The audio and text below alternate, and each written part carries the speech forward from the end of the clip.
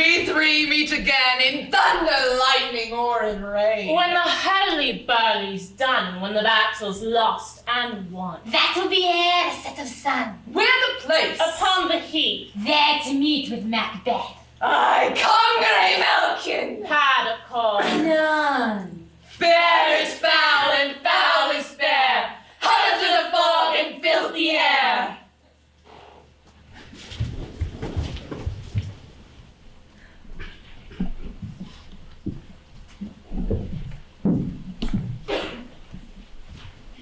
What bloody man is that?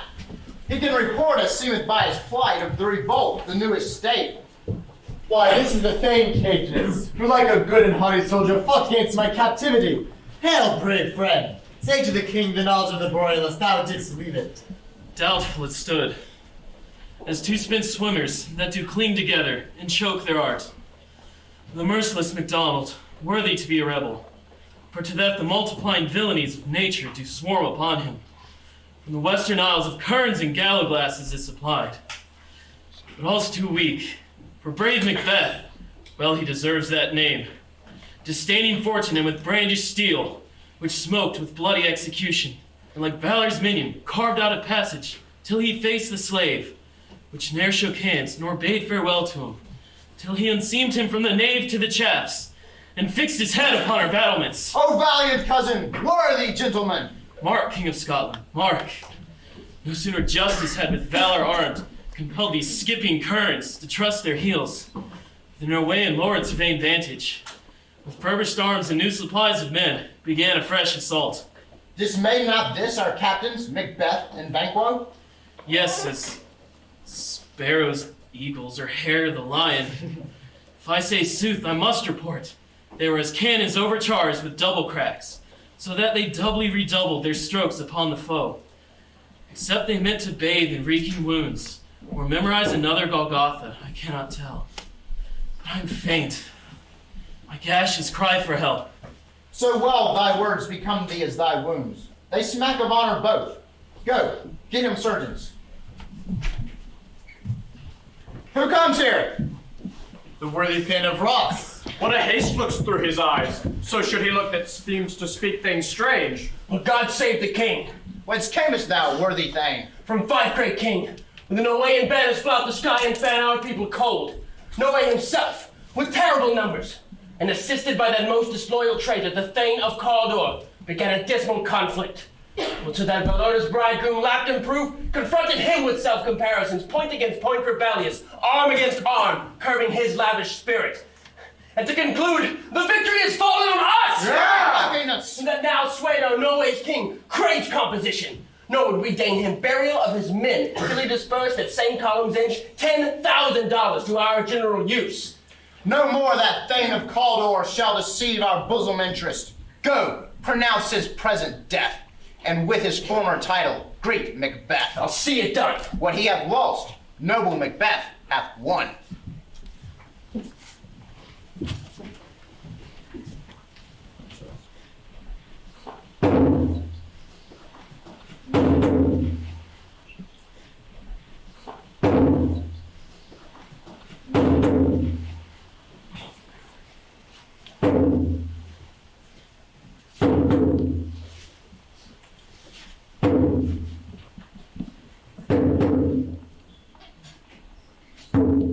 Where hast thou been, sister? Killing swine. Sister, where thou? A sailor's wife had chestnuts in her lap, and munched and munched and munched. Give me, quoth I. A right bewitched the rump that rung and cries. Her husband's to Aleppo gone, master of the tiger. But in a sieve under the sail, and like a rat without a tail, I'll do. I'll give thee a wink. Thou art kind. And I know. I myself have all the other, and the very ports they blow, all the harbors that they know in the shipman's card. I will drain him dry as hay. Sleep shall neither night nor day lay upon his penthouse lid. He shall live, a man forbid. Weary sennight, 9 times 9, shall he dwindle, peak, and pine. Though his bark cannot be lost, yet he shall be tempest-tossed. Look what I have. Show me. Here I have a pilot's thumb, wrecked his home when he did come. A drum, Macbeth will come. The weird sisters, hand in hand, hostess of the sea and land, thus do go about, thrice to thine and thrice to mine, and thrice again to make up 9. Peace! The charm's wound up. So foul and fair a day I have not seen. Aye. How far is called to Forays? What are these? So withered and wild in their attire. They seem not like the inhabitants of the earth, and yet are upon it. Live you? Or are you aught that man may question? You seem to understand me. By each at once a chappy finger laying upon her skinny lips. You should be women, and yet your beards forbid me to interpret that you are so. Speak, if you can. What are you? All hail, Macbeth! Hail to thee, Thane of Glamis! All hail, Macbeth. Hail to thee, Thane of Cawdor. All hail, Macbeth. Thou shalt be king hereafter. Good sir, why do you start and seem to fear things that do sound so fair? In the name of truth, are ye fantastical, or that which indeed ye outwardly show? My noble partner you greet with present grace and great prediction of noble having and of royal hope, that he seems wrapped withal. To me you speak not. If you can look into the seeds of time and say which grain will grow and which will not, speak then to me, who neither beg nor fear your favors nor your hate. Hail! Hail! Hail! Lesser than Macbeth, but greater. Not so happy, yet much happier. Thou shalt get kings, though thou be none. So all hail Macbeth and Banquo. Banquo and Macbeth, all hail! Stay, you imperfect speakers. Tell me more. By Sinel's death I know I am Thane of Glamis. But how of Cawdor? The Thane of Cawdor lives, a prosperous gentleman. And to be king stands not within the prospect of belief, no more than to be Cawdor. Say from whence you owe this strange intelligence, or why upon this blasted heath you stub our way with such prophetic greeting. Speak, I charge you! You guys have bubbles, as the water does, and these are of them. Whither have they vanished? Into the air. And what seemed corporal melted as breath into the wind. Were such things here as we do speak of? Or have we eaten on the insane root, which takes the reason prisoner? Your children shall be kings. You shall be king. Aye, and Thane of Cawdor too. Was it not so? To the self-same tune and words. Who there? Oh, the king hath happily received, Macbeth, the news of thy success. And when he reads of thy personal venture in the rebels' fight, well, his wonders and praises do contend, which should be thine or his. Well, silence with that, and then o'er the rest of the self-same day he finds thee, in the stout Norwegian ranks. Nothing afeard of what thyself didst to make, strange images of death, as thick as hail came post with post. And everyone did bear thy praises in his great kingdom's defense, and poured them out before him. We are sent from our royal master to give thee thanks, only to herald thee into his sight, not pay thee. And for an earnest of an even greater honor, he bade me, from him, well, to call thee the Thane of Cawdor, in which addition, hail, most worthy Thane, for it is thine. Can the devil speak true? The Thane of Cawdor lives. Why do you dress me in such borrowed robes? Who was the Thane, lives yet, but under heavy judgment bears that life which he deserves to lose. Whether he was combined with those of Norway, or did line the rebel with hidden help and vantage, or that with both he labored in his country's wreck, I know not.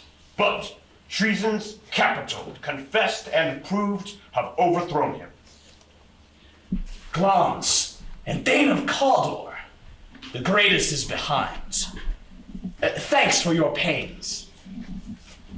Do you not hope your children shall be kings, when those that gave the Thane of Cawdor to me promise no less to them? the trusted home might enkindle you unto the crown, besides the Thane of Cawdor. But it is strange, and oftentimes to win us to our harm, the instruments of darkness tell us truths, win us with honest trifles, to betray us in deepest consequence. Cousins, a word I pray you. Two truths are told, as happy prologues to the swelling of the imperial theme. I thank you, gentlemen.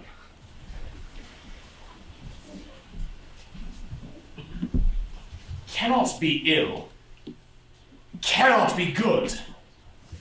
If ill, why have it given me earnest of a success, commencing in a truth? I am Thane of Cawdor. If good, why do I yield to that suggestion, whose horrid image doth unfix my hair, and make my seated heart knock against my ribs, against the use of nature? Present fears are less than horrible imaginings. My thought, whose murder yet is but fantastical, shakes so my single state of man, that fortune is smothered in surmise, and nothing is but what is not. Look how our partner's wrapped. Why, if chance will have me king, chance may crown me, without my stir. New honors come upon him like our strange garments. Cleave not to them all, but with the aid of use. Come what come may, time and the hour run through the roughest day.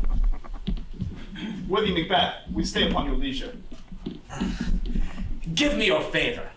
My dull brain was wrought with things forgotten. Worthy sirs, your pains are registered where every day I turn the leaf to read them. Let us toward the king.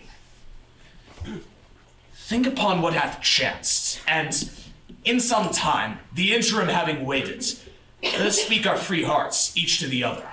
Very gladly. Till then, enough. Come, friends.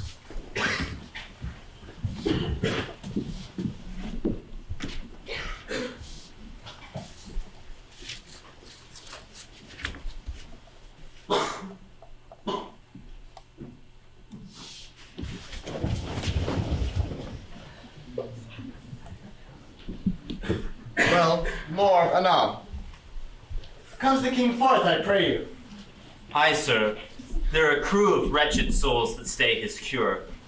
Their malady convinces the great essay of art. But at his touch, such sanctity hath heaven given his hand, they presently amend. I thank you, Father. What's the disease he means? 'Tis called the evil, a most miraculous work in this good king, which often I have seen him do. How he solicits heaven himself best knows. But strangely visited people, all swollen and ulcerous, pitiful to the eye, the mere despair of surgery, he cures by hanging a golden stamp about their necks, put on with holy prayers.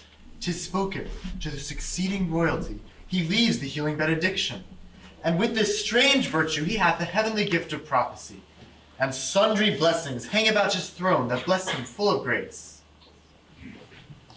Is execution done on Cawdor? Are not those in commission yet returned? My liege, they have not yet come back, but I have spoken with one who saw him die, who did report that very frankly he confessed his treasons, implored your highness's pardon, and set forth a deep repentance. Nothing in his life became him as the leaving it. He died as one who had been studied in his death to throw away the dearest thing he owed, as 'twere a careless trifle. There's no art to find the mind's construction in the face. He was a gentleman on whom I had built an absolute trust.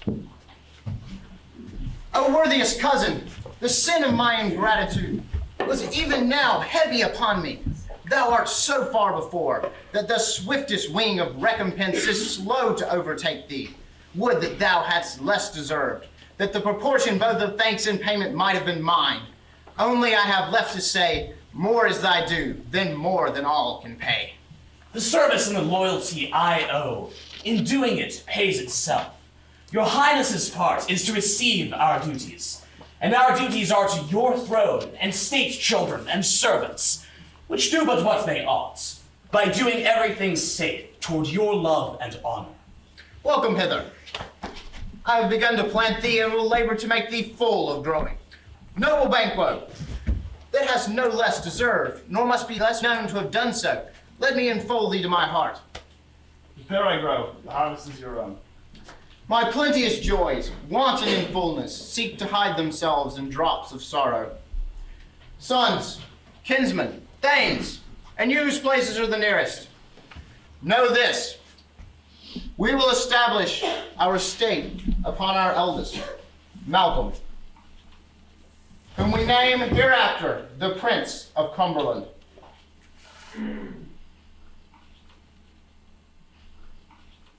Hail! Which honor must not unaccompanied invest him only, but signs of nobleness, like stars, shall shine on all deservers, from hence to Inverness, and bind us further to you.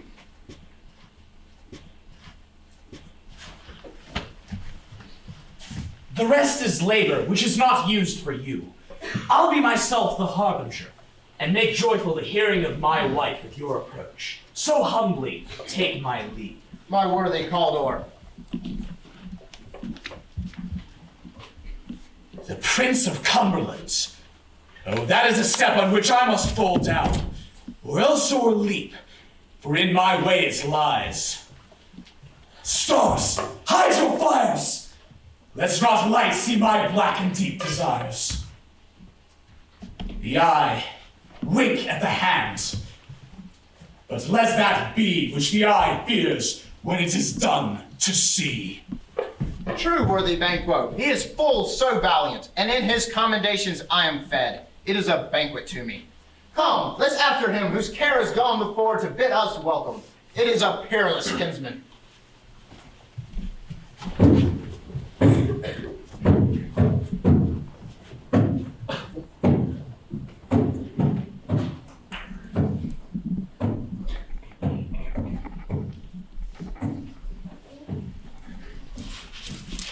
They met me in the day of success, and I have learned by the perfectest report that they have more in them than mortal knowledge. When I burned in desire to question them further, they made themselves air, into which they vanished.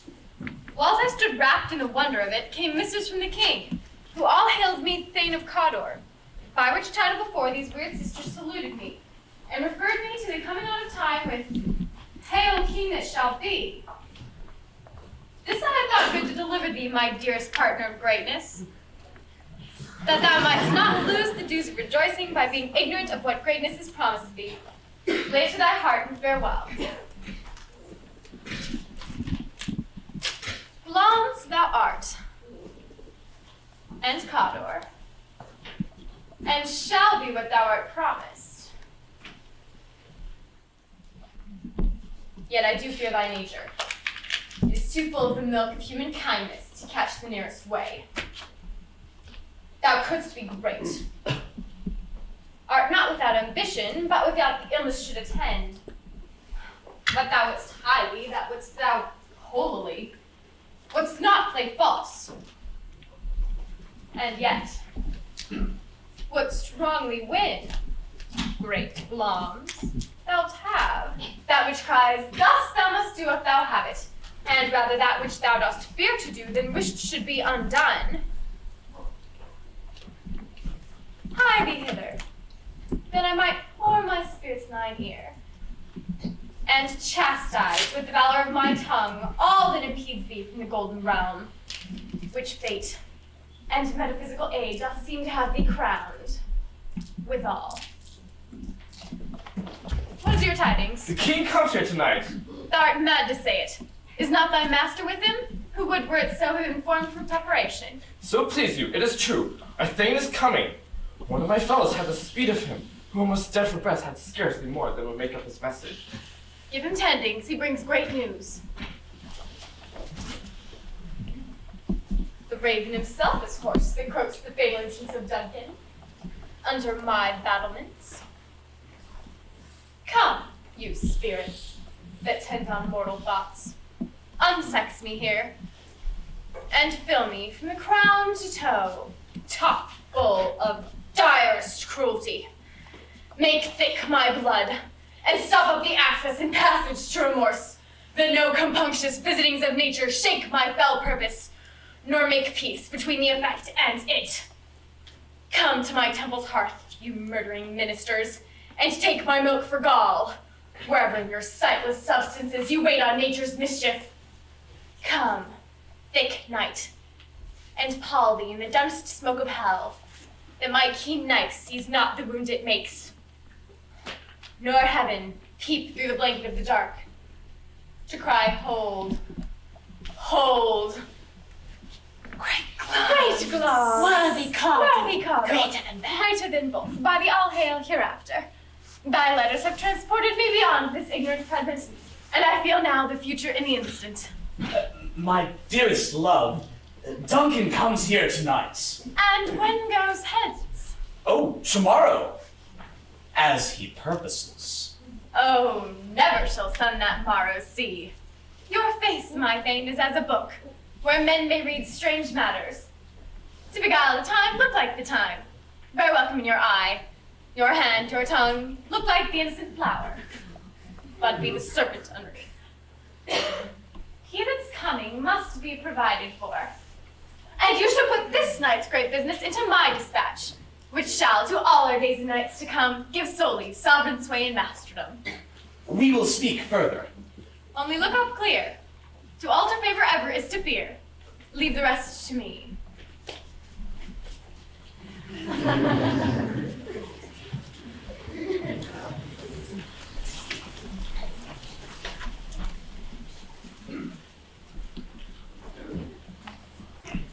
This castle hath a pleasant seat.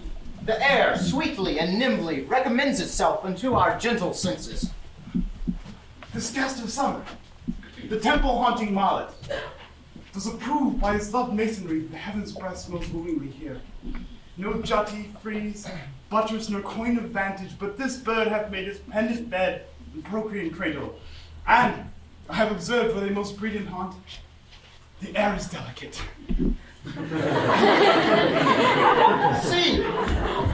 See, our honored hostess.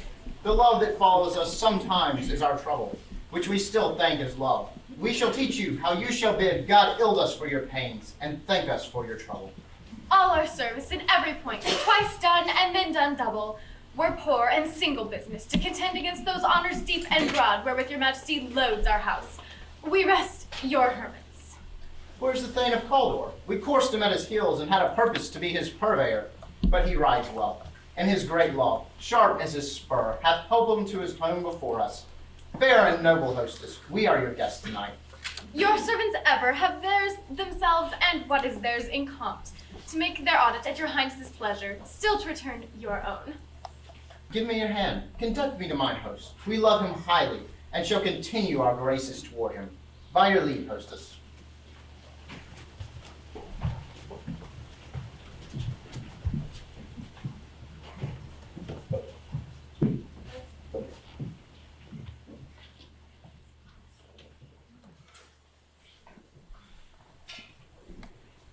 If it were done when 'tis done, 'twere well it were done quickly.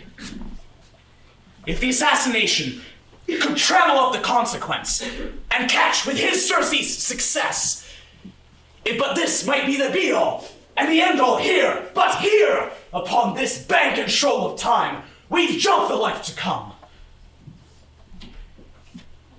But in these cases, we still have judgment here, that we but teach bloody instructions, which being taught, return to plague the inventor. This even-handed justice commands the ingredients of our own poison chalice to our lips. He's here in double trust. First, as I am his thane and his kinsman, strong both against the deed. Then, as his host, who should against his murderer shut the door, not bear the knife myself. Besides, this Duncan hath been so clear in his faculties, so meek in his great office, and his virtues shall plead like angels, trumpet-tongued, against the deep damnation of his taking off. And pity, like the newborn babe, striding the blast, or heavens share them, horse to the sightless couriers of the air, shall blow the horrid deed in every eye, that tears may drown the wind. I have no spur to prick the sides of my intent, but only vaulting ambition, which o'erleaps itself and falls on the other. How now? What news? He hath almost supped. Why have you left the chamber? Hath he asked for me? Know you not he has?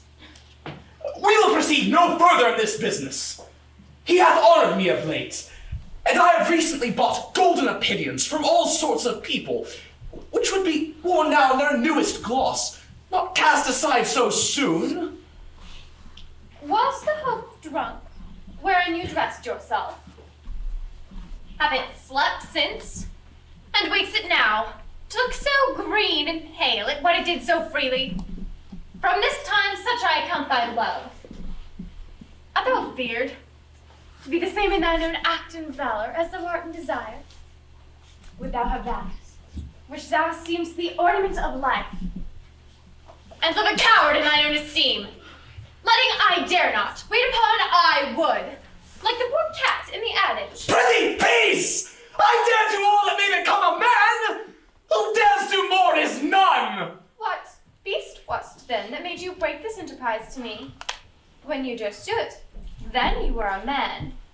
And to be more than what you were, you would be so much more the man. Nor time nor place did then adhere, and yet you would make both. They have made themselves, and that their fitness now doth unmake you. I have given birth, and I know how tender it is to love the babe that holds me. I would, while it was smiling in my face, have flung him from my mothering arms and dashed his brains out, had I so sworn you to have done this. If we should fail! We fail? But screw your courage to the sticking point, and we'll not fail. When Duncan is asleep, whereto the rather his hot day's journey shall soundly invite him, what cannot you and I perform upon the unguarded Duncan? What not put upon his spongy officers who shall bear the guilt of our great quell? Bring forth men children only, for thine undaunted mettle should compose nothing but males.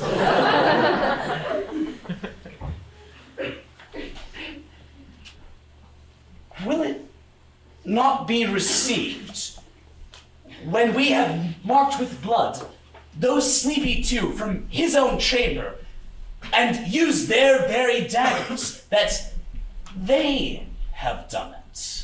Who dares receive it other, as we shall make our grief and clamor roar upon his death? I am settled, and bend up each corporal agent to this terrible feat. Away, and mock the time with fairest show. A false face must hide what the false heart doth know.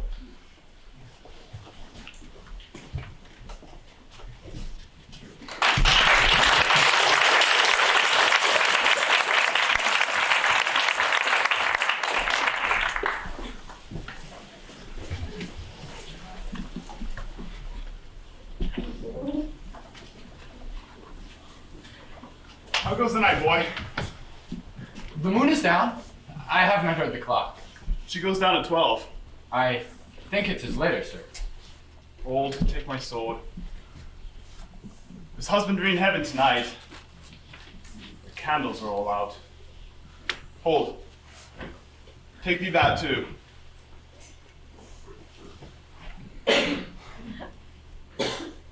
Heavy summons lies like lead upon me, and yet I would not sleep. Merciful power, restraining me the cursed thoughts that nature gives way to in repose. Give me my sword, quick! Who's that? A friend! What, sir? Not yet at rest? The king's abed. He hath been a most unusual pleasure, and has sent forth great largesse to your offices.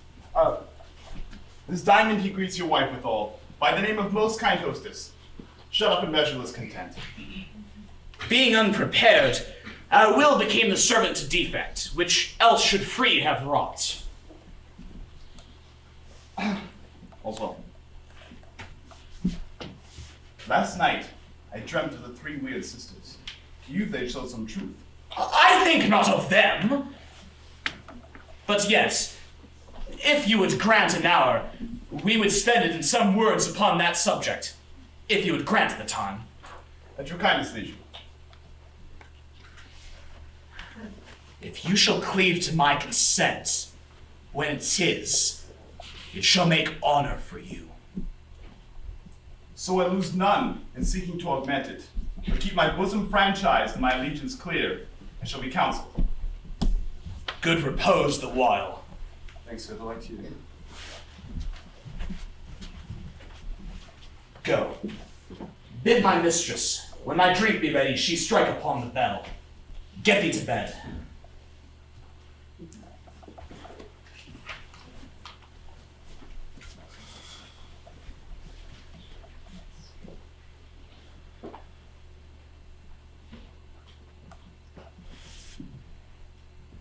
Is this a dagger I see before me? The handle toward my hand? Come, let me clutch thee. I have thee not, and yet I see thee still. Art thou not, fatal vision, sensible to feeling as to sight? Or art thou but a dagger of the mind, a false creation, proceeding from the heat-oppressed brain? I see thee still, and in form no less palpable as this, which now I draw. Thou marshallest me the way that I was going, and such an instrument was I to use. Oh, mine eyes were made the fools of the other senses, or else worth all the rest. I see thee yet, and on thy blade and dudgeon gouts of blood, which was not so before. Now what is the bloody business that informs thus to mine eyes? Now o'er this half-world nature seems dead, and wicked dreams abuse the curtain's sleep. Witchcraft celebrates pale Hecate's offerings, and withered murder, alarmed by his sentinel, the wolf, whose howls his watch. Thus, with his stealthy pace, with Tarquin's ravishing strides, towards his design moves like a ghost. Thou sure and firm set earth, hear not my steps, which way they walk. For fear thy very stones prate of my whereabout, and take the present horror from the time that now suits with it. While I threat, he lives. Words to the heat of deeds, too cold breath gives. I go, and it is done. The bell invites me. Hear it not, Duncan, for it is a knell that summons thee to heaven or to hell.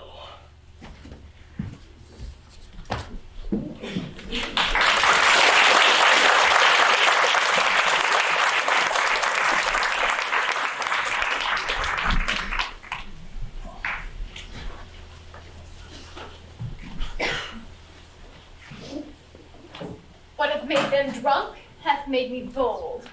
What hath quenched them hath given me fire. It was the owl that shrieked. The fatal bellman that gives the sternest good night. He is about it, and the surfeited grooms do mock their sleepy charge with snores. I have drugged their possets, that death and nature do contend about them whether they live or die. Who's there? What? Who? Alack, I'm afraid he is awaked, and 'tis not done. The attempt, not the deed, confounds us. Hark, I laid their daggers ready. He could not miss them. Had he not looked so like my father as he slept, I had done it. My husband! I have done the deed. Didst thou not hear a noise? I heard the owl shriek and the crickets cry. Did not you speak? When? Now! As I descended? I! Hark! Who lies in the second chamber? Donald Bain? Oh, this is a sorry sight. A foolish thought to say, a sorry sight. There's one did laugh in his sleep, and one cried, "Murder!" that they did wake each other. I stood and heard them, but they did say their prayers, and addressed them again to sleep. There are two lodged together. One cried, "God bless us!" and "Amen" the other, as they had seen me with these hangman's hands. Listening their fear, I could not say "Amen" when they did say "God bless us." Consider it not so deeply. But wherefore could I not pronounce "Amen"? I had no seed of blessing, and "Amen" stuck in my throat. These things must not be thought so after these ways. It will make us mad. Methought I heard a voice cry, "Sleep no more! Macbeth does murder sleep!" The innocent sleep. Sleep that knits up the raveled sleeve of care, the dawn of each day's life. Sore labor's bath, balm of hurt minds, great nature's second course, chief nourisher in life's feast. What do you mean? Still it cried, "Sleep no more!" to all the house. Clouds have murdered sleep, and therefore Cawdor shall sleep no more. Macbeth shall sleep no more. Why, worthy Thane, you do unbend your noble strength to think so brain sickly of things. Go, wash your hands, and cleanse this filthy witness from them. Why did you bring these daggers from the place? They must lie there. Go, carry them and smear the sleepy grooms with blood. I'll go no more. I am afraid to think what I have done. Look on it again, I dare not. Infirm of purpose. Give me the daggers. The sleeping and the dead are but as pictures. 'Tis but the eye of childhood that fears the painted devil. If you do bleed, I'll gild the faces of the grooms withal, for it must seem their guilt. What is that knocking? Oh, how is it with me when every noise appalls? Oh, what hands are these? Then tear out mine eyes! Will all great Neptune's ocean wash this blood free from my hand? No, rather, this my hand will the multitudinous season a carnadine, making the green one red. My hands are of your color, but I shame to wear a heart so white. I hear a knocking at the south entry. Come, retire we to our chamber, lest occasion calls to be watchers. More knocking. Come, be not lost so poorly in your thoughts. To know my deed, 'twere best not know myself. Wake, Duncan, with thy knocking! I would thou couldst.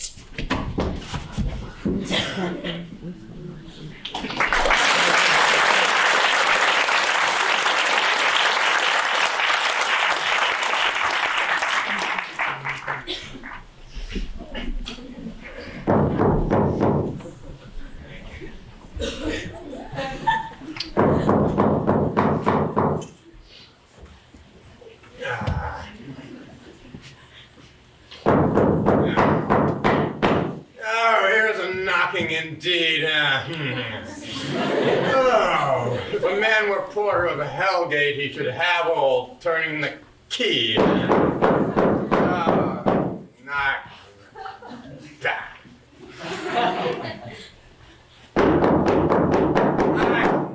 Knock. Oh, who's there in the name of Beelzebub?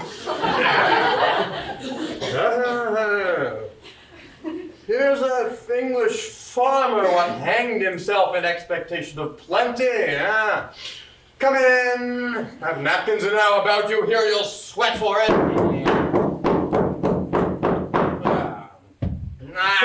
Knock. Who's there in the other devil's name? Faith, here's an equivocator that could swear in both the scales against either scale, who committed treason enough for God's sake, and yet could not equivocate to heaven. Oh, come in, equivocator.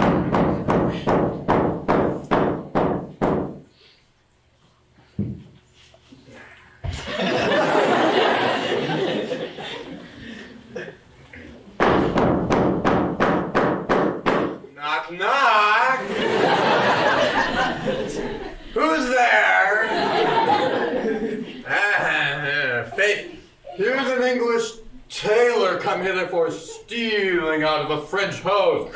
Come in, tailor. Here you may roast your goose.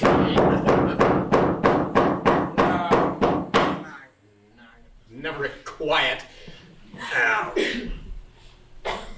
Yeah. Now, who are you?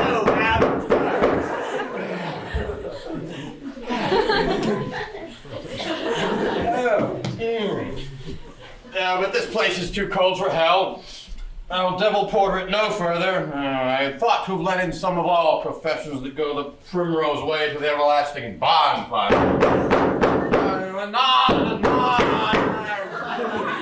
Remember the fire!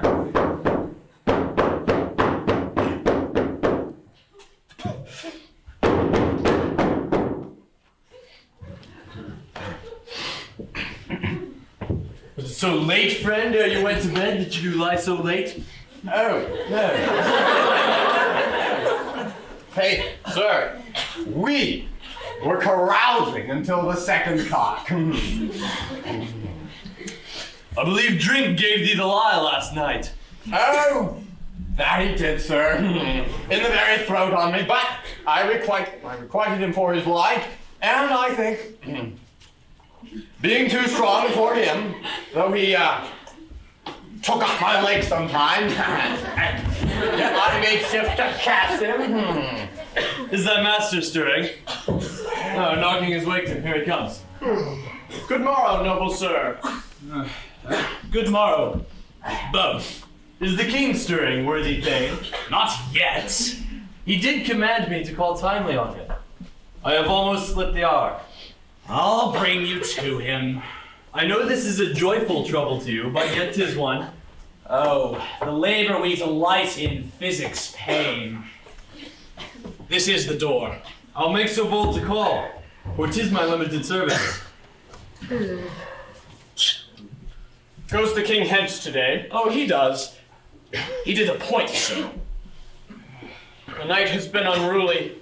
Where we lay, our chimneys were blown down, and as they say, lamentings heard in the air, strange screams of death, prophesying with accents terrible of dire combustion and confused events, new hatched to the woeful time. The obscure bird clamored the livelong night. Some say the earth was feverous and did shake. 'Twas a rough night. My young remembrance cannot parallel a fellow to it. Oh, horror, horror! Tongue nor heart cannot conceive nor name thee. What's the matter? Confusion now hath made his masterpiece. Most sacrilegious murder hath broke up the Lord's anointed temple, and stole thence the life of the building. What is it you say? The life? May you, his majesty. Approach the chamber, and destroy your sight with the new Gorgon. Do not bid me speak. See, and then speak yourselves. Awake, awake! Ring the alarm bell! Murder and treason! Banquo and Donalbain! Malcolm, awake! Shake off this downy sleep, death's counterfeit, and look on death itself! Malcolm, Banquo! As from your graves, rise up! Walk like sprites to countenance this horror! Ring the bell! What is the hideous trumpet that calls to parley the sleepers of the house? Speak, speak! Oh, gentle lady, 'tis not for you to hear what I can speak. The repetition in a woman's ear would murder as it fell. Oh, Banquo, Banquo. Our royal master's murdered. Oh, alas! What? In our house? Too cruel anywhere, dear dove. I prithee contradict thyself. Say it is not so. Had I but died an hour before this chance, I'd have lived a blessed time. For from this moment, there's nothing serious in mortality. All is but toys. Renown and grace is dead. The wine of life is drawn, and a mere lees is left this vault to brag of. What is amiss? You are, and do not know it. The spring, the head, the fountain of your blood is stopped. The very source of it is stopped. Your royal father's murdered. Ah! Those of his chamber, as it seemed, had done it. Their hands and faces were embadged with blood. So were their daggers, which unwiped we found upon their pillows. They stared and were distracted. No man's life was to be trusted with them. Oh, yet I repent me of my fury, that I did kill them. Wherefore did you so? Who can be wise, amazed, temperate and furious, loyal and neutral in a moment? No man. The expedition by violent love outran the pauser, reason. Here lay Duncan, his silver skin laced with his golden blood. And his gashed stabs looked like a breach in nature for ruin's wasteful entrance. There, the murderers, steeped in the colors of their trade, their daggers unmannerly breached with gore. Who can refrain and had a heart to love, and in that heart courage to make his love known? Help me, hence! Oh! Look to the lady. Why do we hold our tongues? That most may end this argument for hours. What should be spoken here, where our fate, hid in an honor hole, may rush and seize us. Let's away.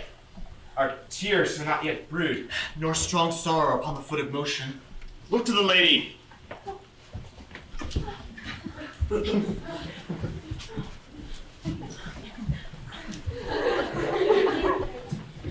And when we have our naked frailties hid, that suffer an exposure, let us meet and question this most bloody piece of work. To know it further, fears and scruples shake us, in the great hand of God I stand, and thence, against the undivulged pretense I fight, of treasonous malice. And so do I. So! Let's briefly put on manly readiness, and meet in the hall together. Well contented.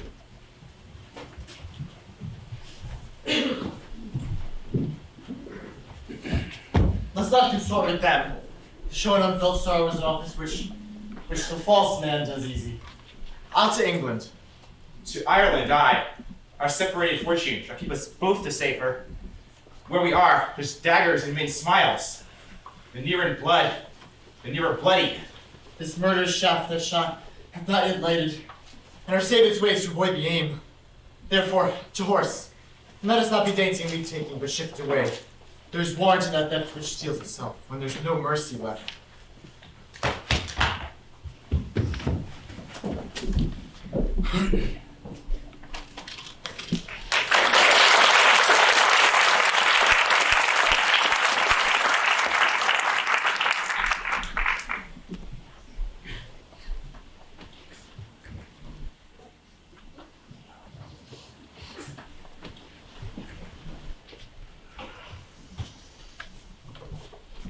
Threescore and 10 I can remember well, within the volume of which time I've seen hours dreadful and things strange. But this sore night hath trifled former knowings. Ah, good father, thou seest the heavens, was troubled with man's act, threading this bloody stage. They clocked his day, yet dark night strangles the traveling lamp. Is it night's predominance? Or the day's shame that darknesses the face of earth and tomb, when living light should kiss it? 'Tis unnatural, even like the deed that's done. On Tuesday last, a falcon, towering in her pride of place, was by a mousing owl hawked at and killed. And Duncan's horses, who are a thing most strange and certain, were the minions of their race, beauteous and swift, well turned wild in nature. Broke their stalls, flung out, contending against obedience. Well, as they would have made war with mankind. 'Tis said, they eat each other. And they did so, to the amazement of mine eyes that looked upon it. Oh, well, here comes good Macbeth. Well, how goes the world now, sir? Why, see you not? Well, is it known who did this more than bloody deed? Those that Macbeth hath slain. Well, alas the day, what good could they pretend? They were suborned. Malcolm and Donalbain, the king's two sons, are stolen away and fled, which puts upon them suspicion of the deed. It's against nature still. Thriftless ambition that would rave it up one owns life's means. But 'tis most likely now the sovereignty shall fall upon Macbeth. He is already named, and gone to Scone to be invested. Well, where is Duncan's body? Carried to Columkill. the sacred storehouse of his predecessors and guardian of their bones. Well, cousin, will you to stone? No, cousin. I'll to fight. Well, I will thither. Well, may you see things well done there. Adieu, lest our old robe sit easier than our new. Well, farewell, father. God's benison go with you, and with those that would make good of bad, and friends of foes.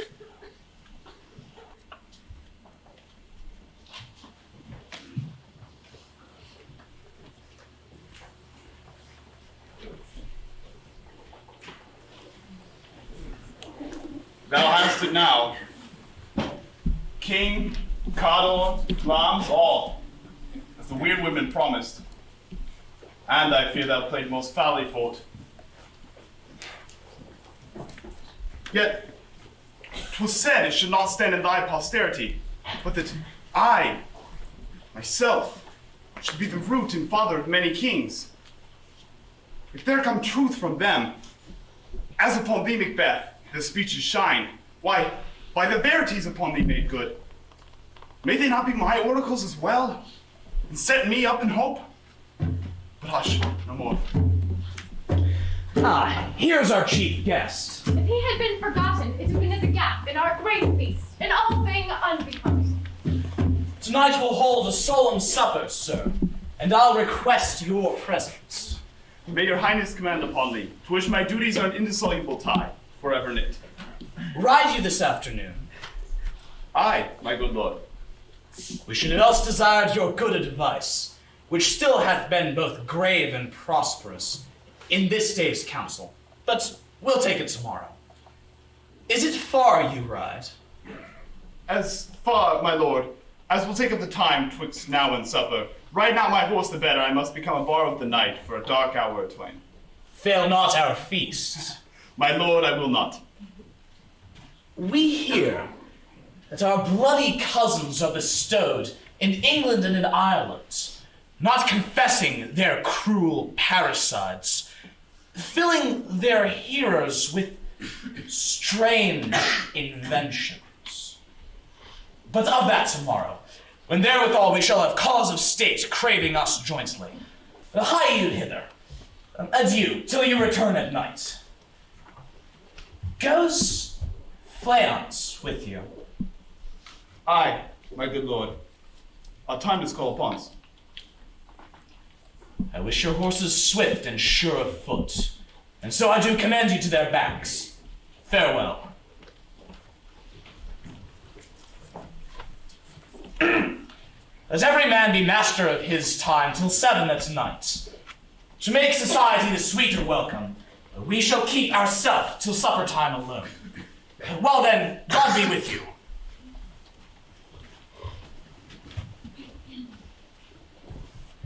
Sirrah, a word. Await those men our leisure. They are, my lord, without the palace gate. Bring them before us. To be thus is nothing! But to be safely thus. Our fears and Banquos fit deep, and there reigns in him that which would be feared. There is much he dares, and to that dauntless temper of his mind, he hath a wisdom that doth guide his valor to act in safety. Oh, there is none but he whose being I do fear. And under him my genius is rebuked. As it was said, Mark Antony was by Caesar. He chid the sisters when first they put the name of king upon me, and bade them speak to him. Then, prophet-like, they hailed him father to a line of kings. Upon my head they placed a fruitless crown, and put a barren scepter in my grip, thence to be wrenched with unlineal hand, no son of mine succeeding. If it be so, for Banquo's issue have I filed my mind, For them the gracious Duncan have I murdered, put rancors in the vessel of my peace, only for them! And given mine eternal jewel to the common enemy of man, to make them kings, the seed of Banquo kings! Rather than so, come fate into the list, and champion me to the utterance! Who's there? Now go to the door, and stay there till we call. Was it not yesterday we spoke together? It was, so please your highness. Well then, now have you considered of my speeches? Know that it was he, in times past, which kept you so under fortune, which you thought had been our innocent self. And this I made known to you in our last meeting, passing probation with you, how you were born in hands, how crossed, the instruments, who wrought them, and all else that might to half a soul and to a notion praise say, thus did Banquo. You made it known to us. I did so, and went further, which is now our point of second meeting. Do you find your patience so predominant in your nature that you can let this go? Are you so gospeled to pray for this good man and for his issue, whose heavy hand hath bowed you to the grave and beggared yours forever? We are men, my liege. Aye, in the catalogue you go for that. There's hounds and greyhounds, mongrels, spaniels, curs, shots, water rugs, and demi-wolves, all are clutched by the name of dog. The valued file distinguishes the swift, the slow, the subtle, the housekeeper, the hunter, every one according to the gift that bounteous nature hath in him closed, whereby he receives particular addition from the bill that writes them all alike. Now, if you have a rank in the station of manhood, not in the worst file, say it! And I will put that business in your bosoms, whose execution takes your enemy off, grapples you to the heart and love of us, who were our health but sickly in his life, which in his death were perfect. I am one, my liege, whom the vile blows and buffets of the world have so incensed, that I am reckless what I do to spite the world. And I another, so weary with disasters, so tugged by fortune, that I would set my lie on any chance, to mend it or be rid of it. Both of you know Banquo was your enemy. True, my lord. So is he mine. And in such bloody distance, and every minute of his being thrust against my nearest of life. And though I could, with barefaced power, sweep him from my sight and bid my will avouch it, yet I must not, for there are certain friends, both his and mine, whose loves I may not drop, who but wail his fall, who I myself struck down. And thence it is that I to your assistance do supplicate, masking the business from the common eye, for sundry weighty reasons. We shall, my lord, perform what you command us. Though our lives... Your spirit shine through you! Within this hour at most, I'll advise you where to plant yourselves, and acquaint you with the perfect spy of the time. For it must be done tonight, and something from the palace. Always thought that I required a clearness. And with him, that there be no rubs nor botches in the work. Fleance, his son, whose absence is no less material to me than is his father's, must embrace the fate of that dark hour. Resolve yourselves apart. I'll call upon you shortly. We are resolved, my lord. I'll call upon you straight. Abide within.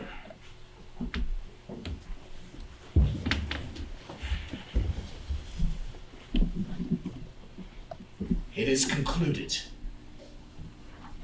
Banquo, thy soul's flight, if it find heaven, must find it out tonight.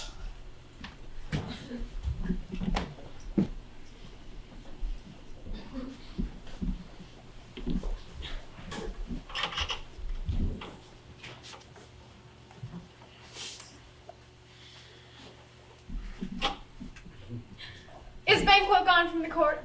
Aye, madam, but returns again tonight. Say to the king I would attend his leisure for a few words. Madam, I will.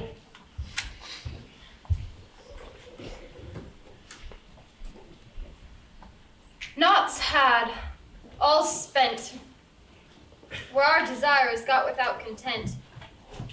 'Tis safer to be that which we destroy than by destruction dwell in doubtful joy. How now, my lord? Why do you keep alone? Of sorriest fancies your companions making, using those thoughts which should indeed have died within they think on? What's done is done. We have scotched the snake, not killed it. She'll close in thee herself, whilst our poor Malice remains in danger of her former tooth. But let the frame of things disjoint, both the worlds suffer, ere we shall eat our meals in fear, and sleep in affliction of these terrible dreams that shake us nightly. Better to be with the dead, whom we, to gain our peace, have sent to peace, than on the torture of the mind to lie in restless ecstasy. Duncan's in his grave. After life's fitful fever, he sleeps well. Treason has done his worst. Nor steel, nor poison, malice domestic, foreign levy, nothing can shake him further. Come now, gentle my lord. Sleek o'er your rugged looks. Be bright and jovial among your guests tonight. So shall I, love, and so I pray be you. Let your remembrance apply unto Banquo. Present him eminence, both with eye and with tongue. Unsafe the while, that we must lave our honors in these flattering streams, and make our faces visors to our hearts, disguising what they are. You must plead this. Oh, full of scorpions is my mind, dearest wife. Thou knowest that Banquo in his flayance lives. But in them nature's copy is not etern. There's comfort yet. They are still assailable. Then be thou jocund.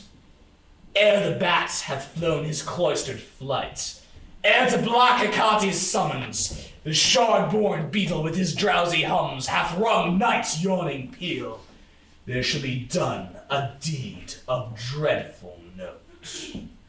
What's to be done? Be innocent of that knowledge, dearest love, till thou applauds the deed. Come, sealing night, and scarf up the tender-eyed, pitiful day, and cancel and tear to pieces that great bond that keeps me pale. Light thickens, and the crow wings his way from the rooky woods. Good things of day do droop and drowse, while night's black agents to their praise do rouse. Thou marvelest at my words, but keep thee still. Things bad begun make strong themselves by ill. So prithee, go with me.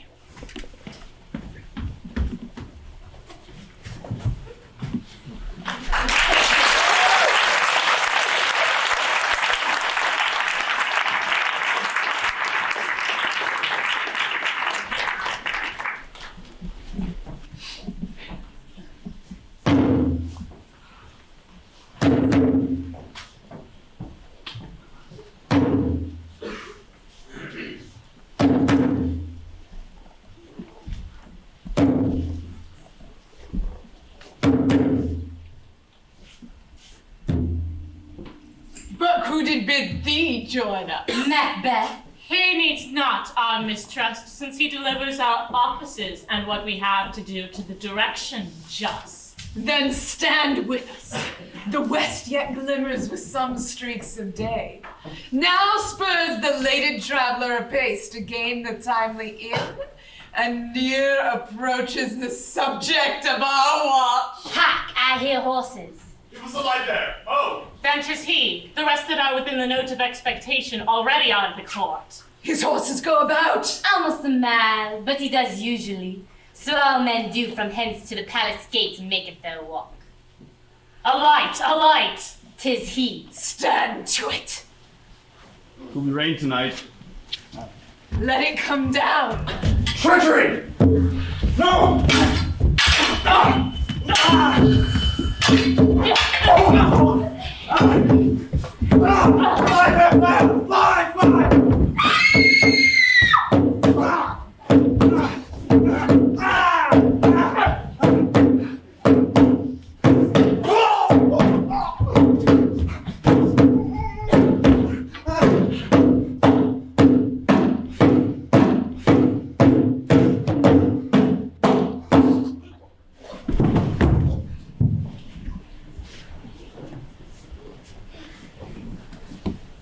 Who did strike out the light? Was it not the way? There's but one down. The sun is fled. We have lost best half of our affair. Well, let's away and say how much is done.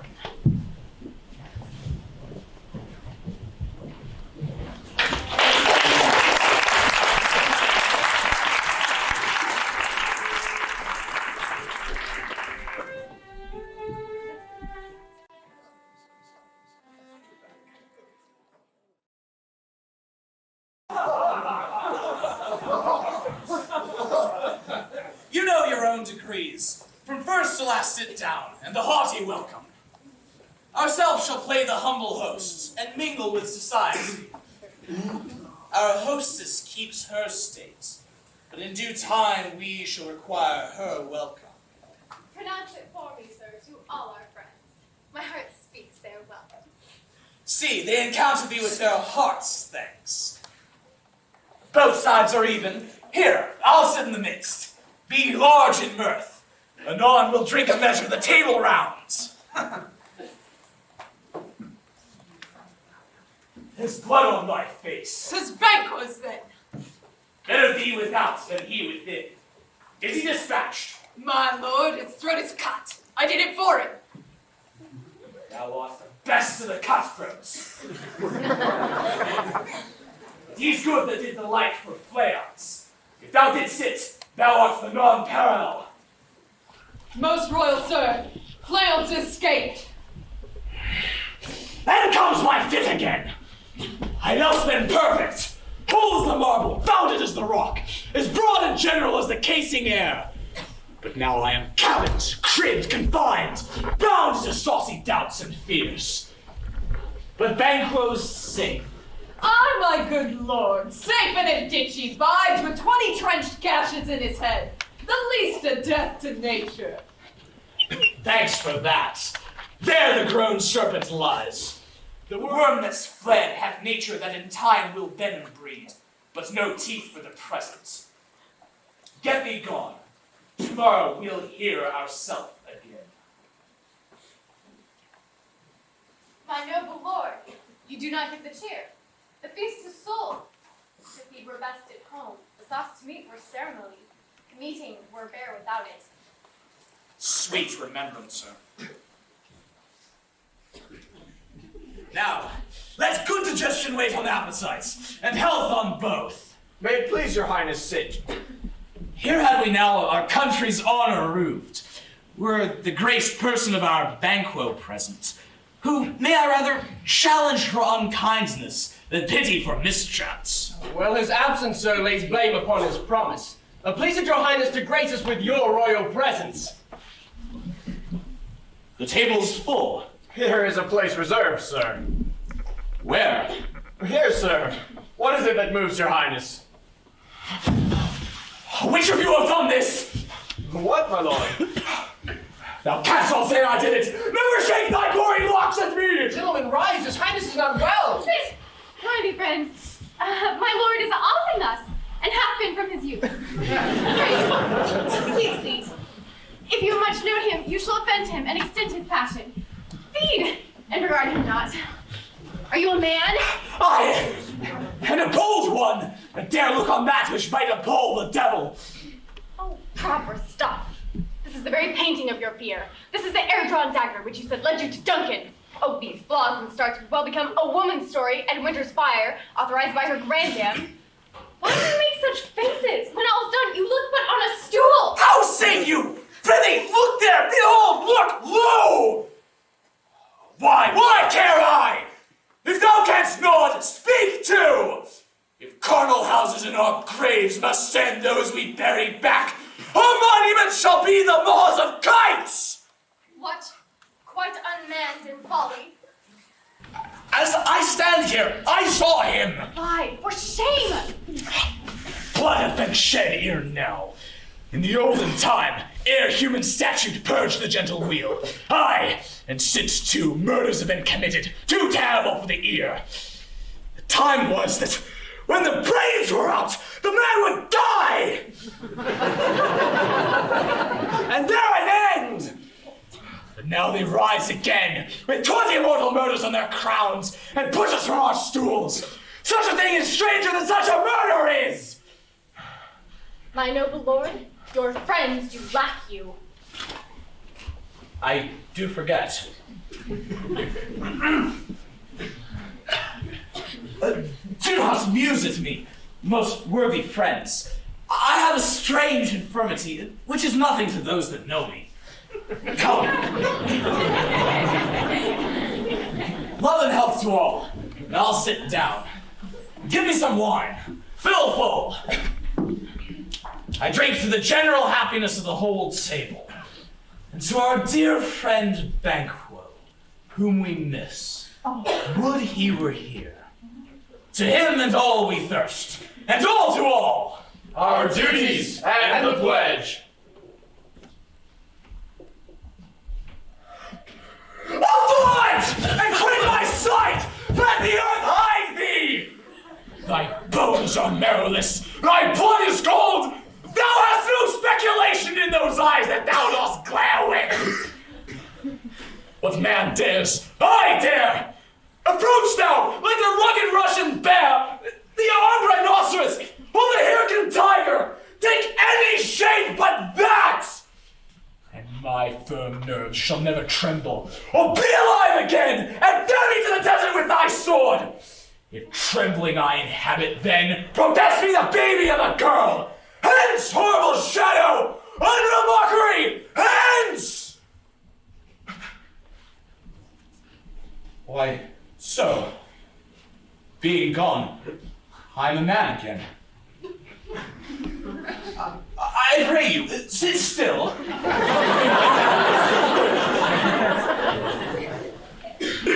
You have displaced the mirth, broke the good meeting, with most admired disorder. And such things be, and to overwhelm us like a summer's cloud, that our special wonder?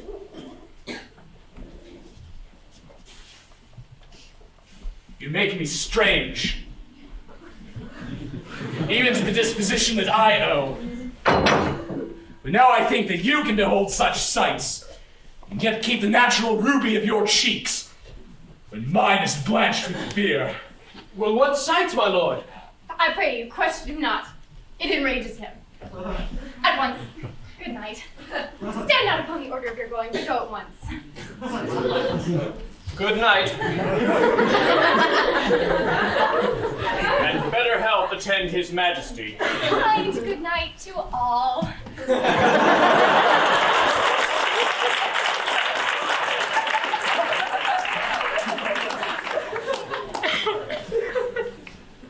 It will have blood, they say. Blood will have blood. Stones have been known to move, and trees to speak. Augurs and understood relations have, by magpies and trucks and rooks, brought forth the secretest man of blood. What is the night? Almost at odds with morning. Which is which? How sayest thou that Macbeth denies his great person at our bidding? Did you send to him, sir? I hear it by the way, but I will send. There's not a one of them, but in his house I keep a servant feed. Tomorrow I will, and the time I will, to the weird sisters. More shall they say. For now, I am bent to know, by the worst means, the worst. For mine own good, all other causes shall give way. I've stepped in this blood so far that, should I wade no more, returning were as tedious as go o'er. Strange things I have in mind, that will to hand, which must be acted ere they may be scanned. You lack the season of all natures. Sleep. Come, will to sleep. My strange and self-abuse is the initiate fear that wants hard use. We are yet but young indeed.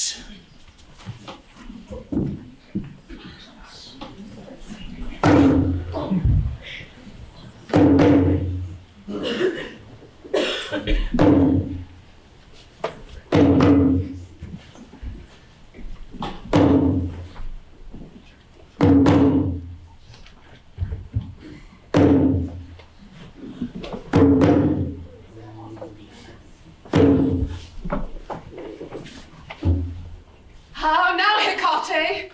You look angrily. Have I not reasoned? Beldams as you are, sussy and overbold. How did you dare to trade and traffic with Macbeth in riddles and affairs of death? And I, the mistress of your charms, the close contriver of all harms, was never called to bear my part, nor show the glory of art. And, which is worse, all you have done has been but for a wayward son, spiteful and wrathful, who, as others, do cares for his own ends, not for you. But make amends now and get you gone. At the pit of Acheron, meet me in the morning. Thither he will come to know his destiny. Your vessels and your spells provide, your charms and everything beside. I am for the air. This night I'll spin into a dismal and a fatal end. Great business must be wrought ere noon. Upon the corner of the moon there hangs a vaporous drop profound. I'll catch it ere it come to ground, and that, distilled by magic sleights, shall raise such artificial sprites as by the strength of their illusion shall draw him on to his confusion. He will spurn fate, scorn death, and spare. He hopes for wisdom, grace, and fear. And you all know security is mortal's chiefest enemy. Hark, I am called. My little spirit, see, sits in a foggy cloud and stays for me. Come, let's make haste. She'll soon be back again.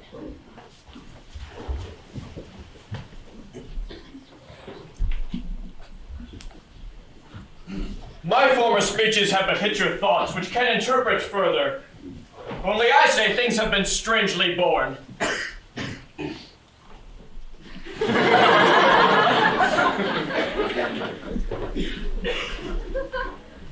The gracious Duncan was pitied of Macbeth.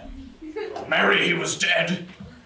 And the right valiant Banquo walked too late, whom you may say, if it please you, Fleance killed, for Fleance fled.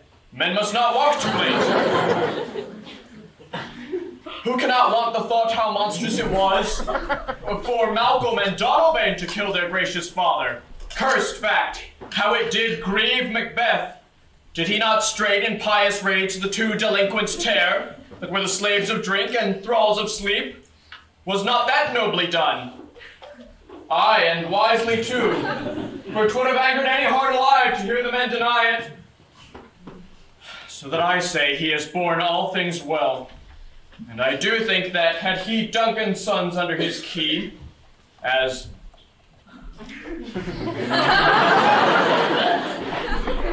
an it please heaven he shall not, they should find what 'twere to kill a father, so should Fleance, but peace, for from broad words and 'cause he failed his presence at the tyrant's feast, I hear Macduff lives in disgrace. Sir, can you tell where he bestows himself? Well, the son of Duncan whom this tyrant holds the due of birth. He lives in the English court, and is received of the most pious Edward with such grace that the malevolence of fortune holds nothing upon his high respect.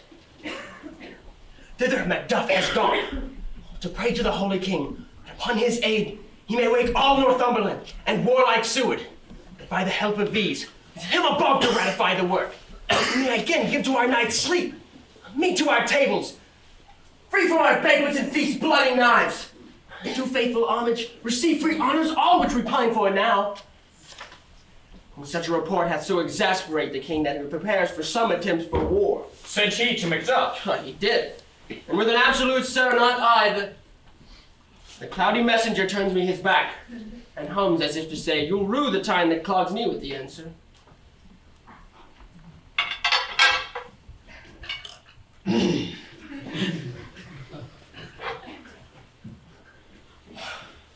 And that well might advise him to a caution to hold what distance his wisdom can provide. Some holy angel fly to the court of England, and unfold his message ere he come, that a swift blessing may soon return to this our suffering country under a hand accursed. I'll send my prayers with him.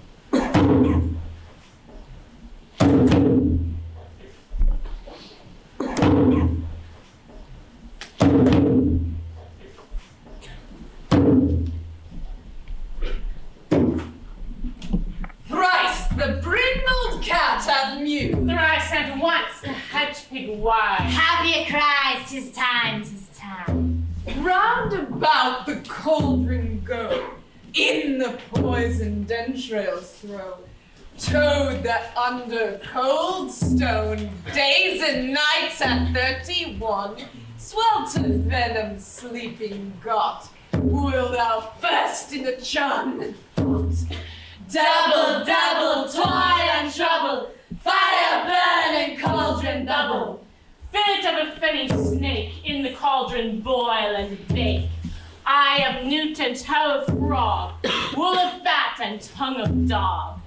Adder's fork and blind worm's sting, lizard's leg and owlet's wing, for a charm of powerful trouble, like a hell broth boil and bubble. Double, double, toil and trouble, fire burn and cauldron bubble.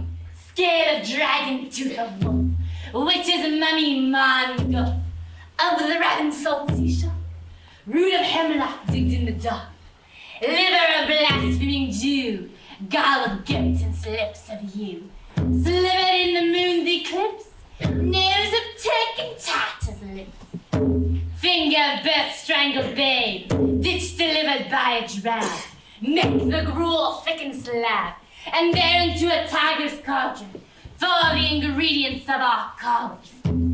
Double, double, toil and trouble, fire burn and cauldron bubble. Cool it with the baboon's blood, then the charm is firm and good.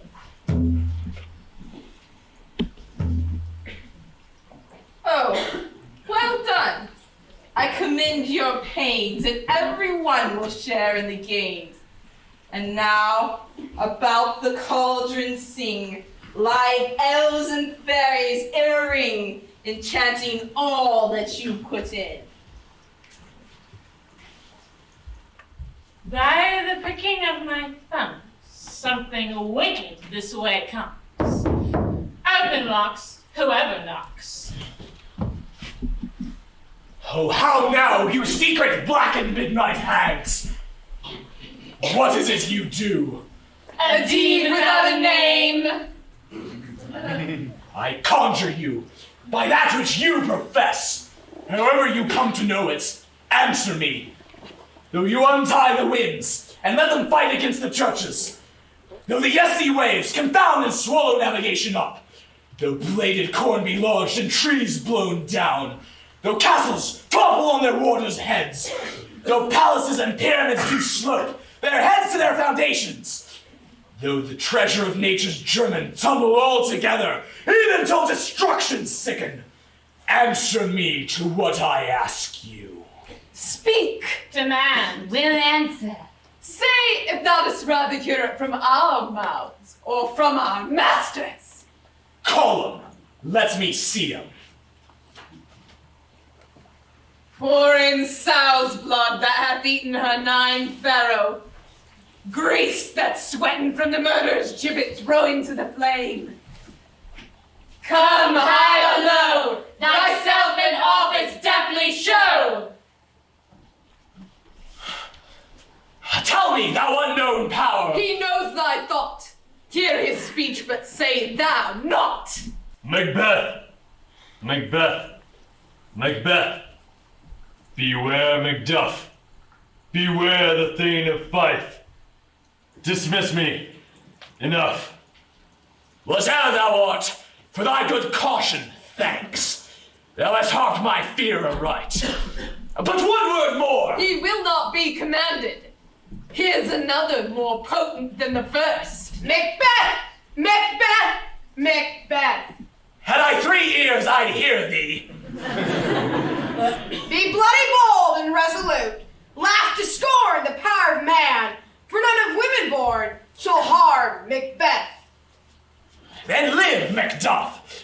What need I fear of thee?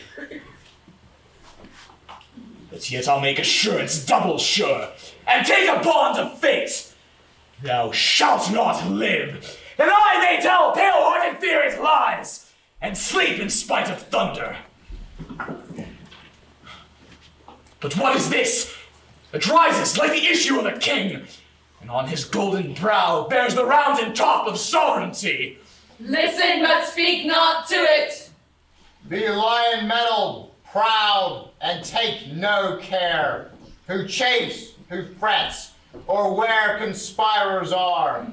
Macbeth shall never vanquished be, until great Birnam wood to high Dunsinane hill shall come against him. That will never be. Who can impress the forest? Bid the tree unfix his earthbound roots. Sweet bones, good. Rebellion's heads rise never till the wood of Birnam rise. And our highly placed Macbeth shall live the lease of nature, pay his breath to time and mortal custom. But my heart throbs to know one thing. Tell me, if your art can tell so much, shall Banquo's issue ever reign in this kingdom? Seek to know no more. I will be satisfied. Deny me this, and an eternal curse fall upon you. Let me know. Why stinks that cauldron? And whence is this noise? Show! Show his eyes and grieve his heart. Come like shadows, so depart. Oh, thou art too much like the spirit of Banquo. Down! Thy crown doth sear mine eyeballs. And thy hair, thou other gold-bound brow, is like the first. The third is like the former. Oh, filthy hags! Why do you show me this? A fourth! Stark eyes! What? Will the line stretch up to the crack of doom? Another!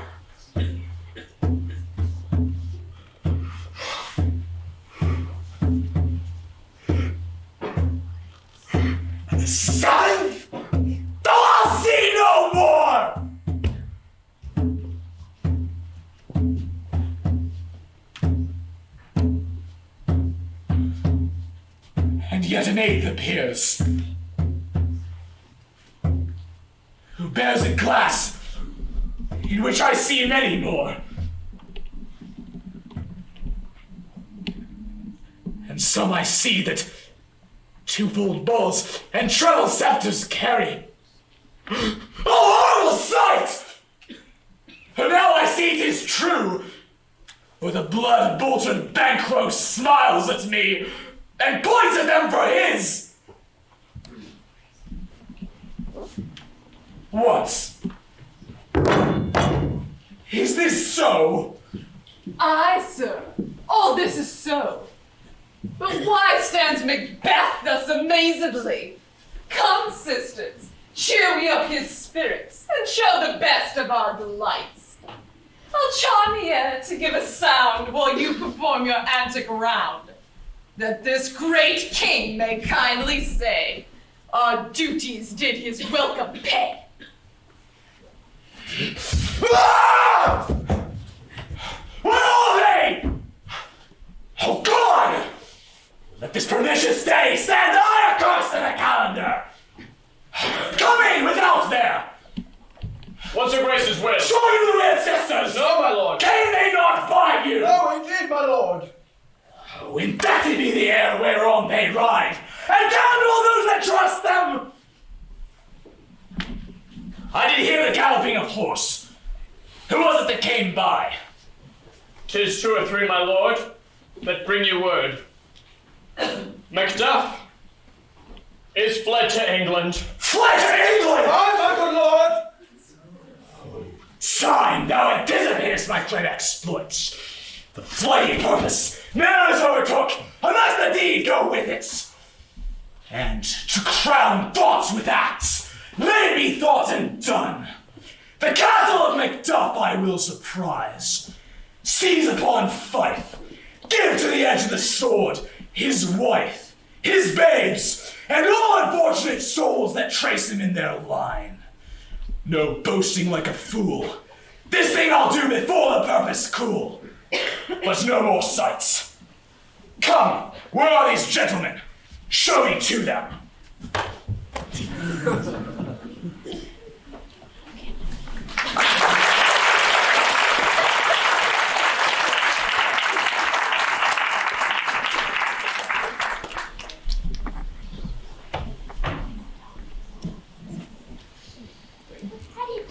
To make him flee the land. You must have patience, madam. He had none. His flight was madness. When our actions do not, our fears do make us traitors. You know not whether it was his wisdom or his fear. Wisdom? To leave his wife? To leave his babes? His mansions? His titles? In a place from whence himself does fly?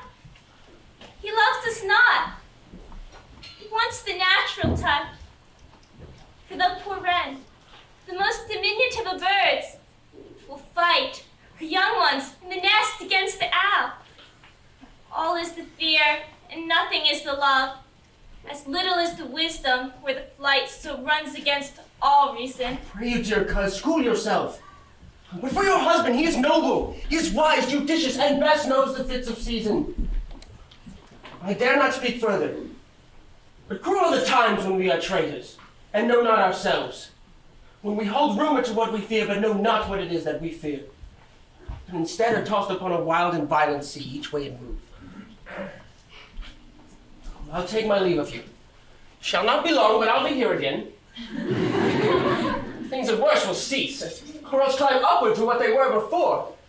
And you, my dear cousin, blessing upon you. Fathered he is, and yet he's fatherless. I was so much the fool, should I stay longer? It would be my dishonor and your discomfort. I shall take my leave at once.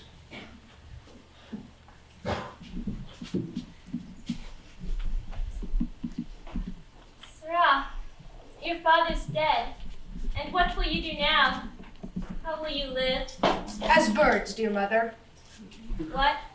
With worms and flies? With what I get, I do, and so do they. Poor bird, thou'st never fear the net nor line, the pitfall nor the gin Why should I, mother? Poor birds they are not set for. My father's not dead for all you're saying. Aye, he is dead. What wilt thou do for a father? Nay, how will you do for a husband? Why, I can buy me 20 at any market. They will buy and sell them again. Speakest with all thy wit, and yet in faith, with wit enough to thee. Was my father a traitor, mother? Aye, that he was. What is a traitor? One that swears and lies. And be all traitors that do so? Every one that does so is a traitor, and must be hanged. And must they all be hanged that swear and lie? Every one. Who must hang them? Why, the honest men.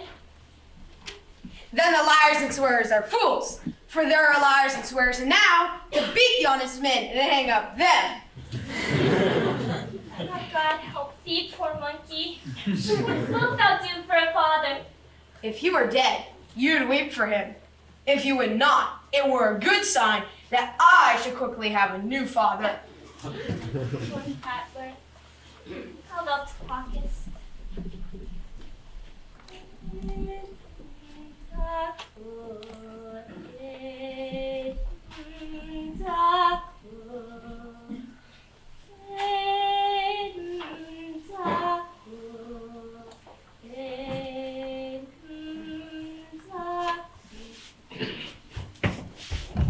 Bless you, fair dame. I am not to you known. Through your state of honor, I am perfect. I doubt some danger does approach you nearly. If you will take a homely man's advice, be thy found heir, hence with your little ones. To fright you thus, methinks I am too savage. To do worse to you were full cruelty, which is too nigh your person. Heaven preserve you, I dare abide no longer. Where should I flee? I have done no harm. But I forget, I am in this earthly world, where to do harm is often laudable, and to do good, sometimes accounted dangerous folly. Why then do I put up that womanly defense to say that I have done no harm?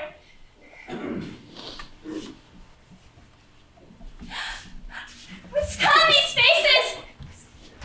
Where is your husband? I hope in no place so unsanctified that such as thou mayst find him. He's a traitor! Thou liarst, thou shaggered villain! What, you egg? Oh! You just killed me, mother! Run away! They're afraid of you!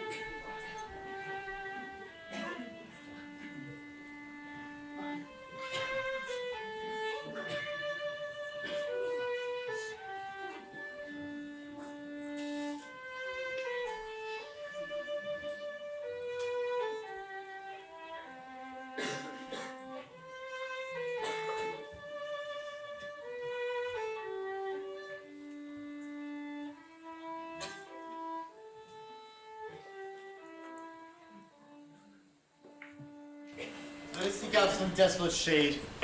There weep our sad bosoms empty. Let us rather hold fast the mortal sword, and like good men bestride our downfallen birthdom. Each new morn, new widows howl, new orphans cry, new sorrows strike heaven on the face, that it resounds, as if it felt with Scotland, and yelled out like syllable of dolor. What I believe I'll wail, what no believe, and what I can redress as I shall find the time to friend I will. What you have spoken, it may be so perchance.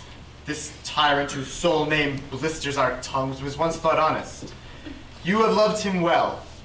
He hath not touched you yet.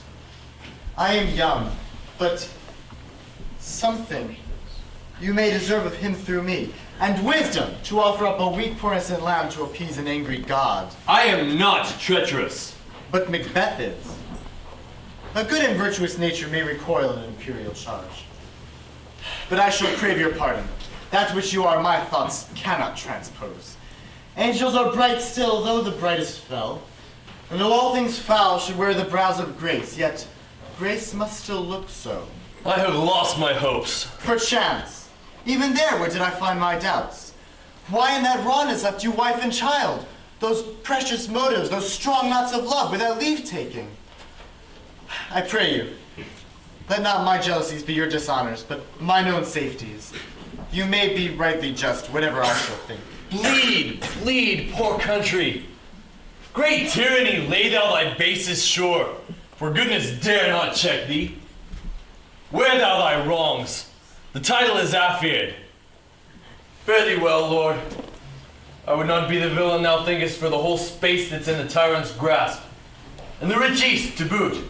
Be not offended. I speak not as an absolute fear of you. I think our country sinks beneath the yoke. It weeps, it bleeds, and each day a new gash is added to her wounds. I think withal there would be hands uplifted to my right, and from gracious England have our offer of goodly thousands. And yet, when I shall tread upon the tyrant's head, or wear it upon my sword, my country will have more vices than it did before, more suffer, and more sundrous ways than ever by him that shall succeed. What should he be? It is myself, I mean, whom I know all the particulars of vice so grafted, that when they're opened, black Macbeth will seem as pure as snow, and the poor state esteem him as a lamb, being compared with my confineless arms. Not in the legions of horrid hell can come a devil more cursed in evils to top Macbeth. I grant him bloody, luxurious, avaricious, false, deceitful, sudden, malicious, smacking of every sin that has a name. But there is no bottom, none, in my voluptuousness. My desire, all continent impediments would overbear that did oppose my will. Better Macbeth than such a one to reign. Boundless intemperance in nature is a tyranny. It hath been the untimely emptying of the happy throne and the fall of many kings. But fear not yet to take upon you what is yours. You may convey your pleasures in a spacious plenty, and yet seem cold the time you may so hoodwink. There cannot be that vulture in you to devour so many as will to greatness dedicate themselves, finding it so inclined. With this there grows in my most ill-composed affection such a staunchless avarice, that were I king, I should cut off the nobles of their lands, desire his jewels and this other's house, and my more having would be as a sauce, to make me hunger more, that I should forge quarrels unjust against the good and the loyal, destroying them for wealth. This avarice sticks deeper, grows with more pernicious root than summer-seeming lust. And it hath been the sword of our slain kings. But do not fear. Scotland hath poisons to fill up your will. Of your mere own, well, these are portable with other graces weighed. But I have none. The king becoming graces as justice, verity, temperance, stableness, bounty, perseverance, mercy, lowliness, devotion, patience, courage, fortitude. I have no relish of them, but abound in the division of each several crime, acting it many ways. Nay, had I the power, I should pour the sweet milk of concord into hell, uproar the universal peace, and confound all unity on earth. Oh, Scotland, Scotland! If such a one be fit to govern, then speak. I am as I have spoken. Fit to govern? No, not to live. O nation miserable, with an untitled tyrant bloody scepter, when shalt thou see thy wholesome days again? Since that the truest issue of thy throne, by his own interdiction stands accursed, and does blaspheme his breed. Thy royal father was the most sainted king. The queen that bore thee, oftener upon her knees than on her feet, died every day she lived. Fare thee well. These evils thou repeatest upon thyself have banished me from Scotland. Oh, my breast, thy hope ends here. Necked up! This noble passion, child of integrity, hath from my soul wiped the black scruples, reconciled my thoughts to thy good truth and honor. Devilish Macbeth by many these streams hath sought to win me into his power, and modest wisdom plucks me from over credulous taste.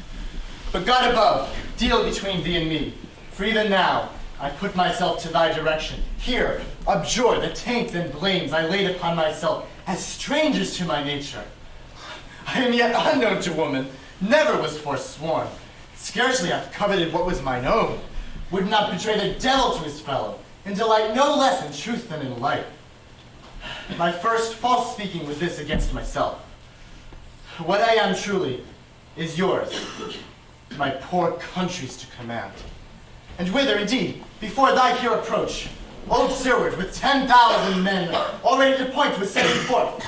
And now, we'll together, and our chance of goodness be like our warranted quarrel.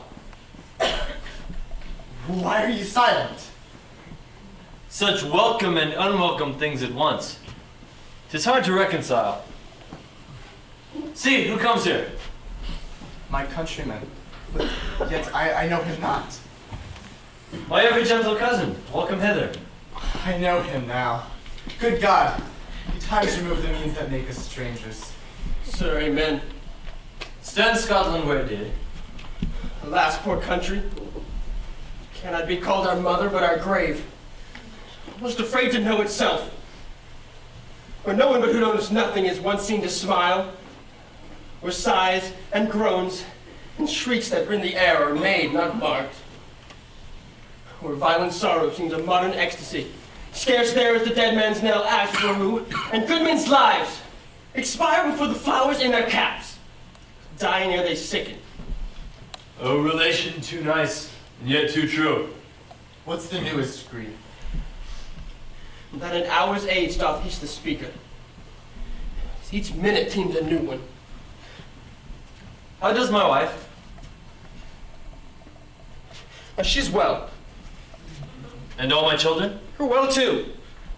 The tyrant has not battered at their peace. No, they were well at peace when I did leave them. Be not a niggard of thy speech. How goes it? Well, when I came hither to transport these tidings, which I have heavily borne, then I ran a rumor of many worthy fellows about, which I witnessed the rather, for I saw the tyrant's power afoot. But now is the time for help. Your eye in Scotland would create soldiers who make our women fight to doff their dire distress. Be it their comfort, we're coming thither. Gracious England hath lent us old Sirward and 10,000 warlike men. An older and a better soldier none that Christendom gives out. Oh, would that I could answer such comfort with the like. But I have words that should be held in the desert air, where the hearing should not latch them. What concern they? The general cause? Or is it a fee grief due to some single breast? No mind that's honest, but in it shares some woe. But the main part pertains to you alone. If it be mine, keep it not from me. Quickly, let me have it. Let not your ears despise my tongue forever, which shall have burdened them with the heaviest sound that they have ever yet heard. I guess at it. Your castle is surprised.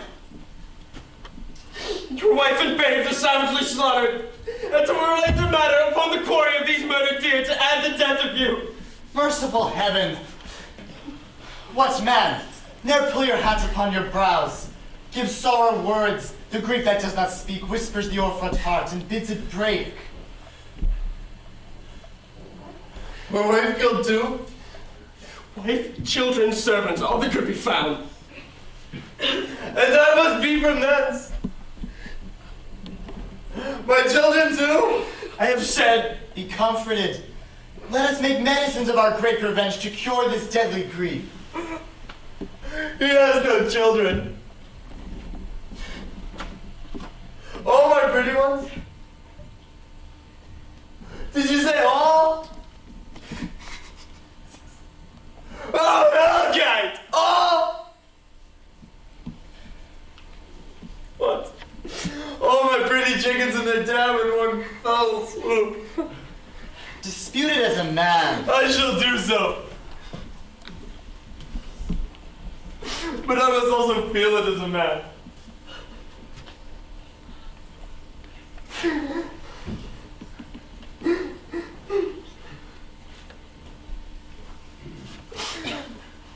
I cannot but remember such things that were most precious to me.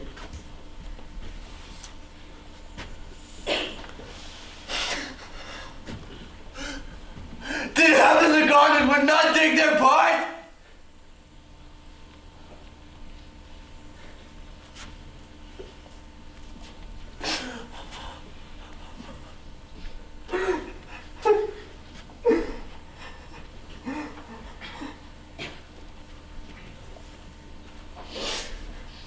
Sinful Macduff. They were all struck for thee. Not for their demerits, but for mine fell slaughter on their souls. Heaven rest them now. Be this the whetstone of your sword. Let grief convert to anger. Blunt not the heart, enrage it. Oh. I could play the woman with mine eyes and braggart with my tongue. But gentle heaven, cut short all intermission. Front to front bring thou this fiend of Scotland and myself. Within my sword's link set him. And if he escape, heaven forgive him too. His tune goes manly. Come, go we to the king. Our power is ready, and our lack is nothing but our leave. Macbeth is ripe for shaking, and the powers above put on their instruments. Receive what cheer you may. The night is long, that never finds the day.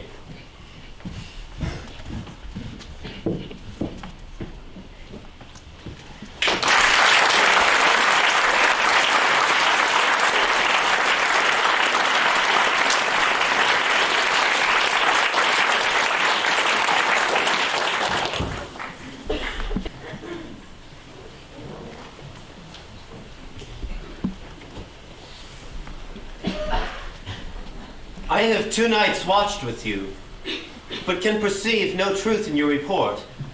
When was it she last walked? Since His Majesty went into the field, I have seen her rise from her bed, throw her nightgown upon her, unlock her closet, take forth paper, fold it, write upon it, read it, and afterwards seal it, and again return to bed, yet all this while in a most fast sleep. Great perturbation in nature, to receive the benefits of sleep and do the effects of watching. During this slumbery agitation, besides her walking and other actual performances, what at any time have you heard her say? That, sir, which I will not report after her. You may to me, and 'tis most meet you should. And neither to you nor to anyone, having no witness to confirm my speech. Lo you, here she comes. This is her very guise, and upon my life, fast asleep. Observe her, stand close.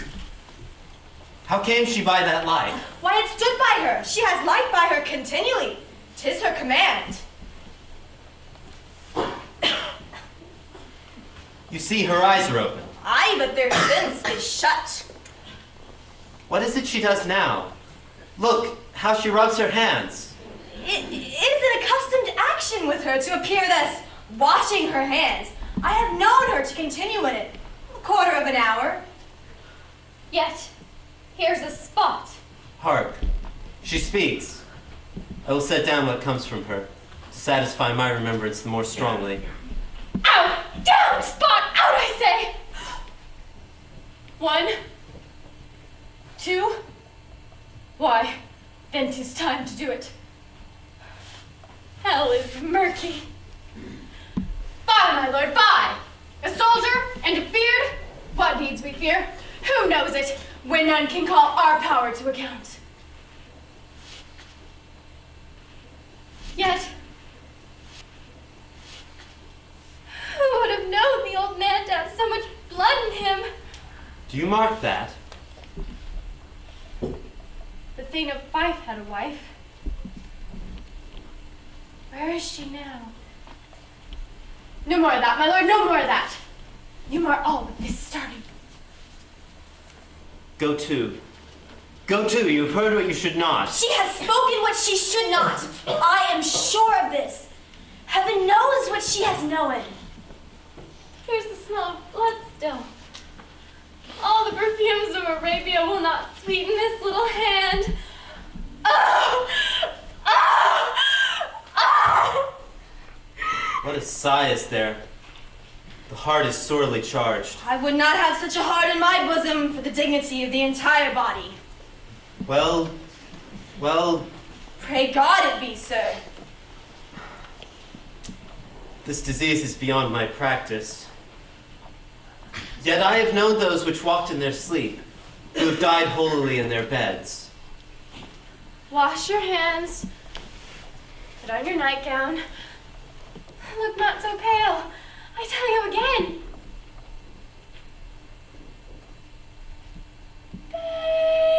Banquo's buried. He cannot come out of his grave. Even so? To bed. To bed.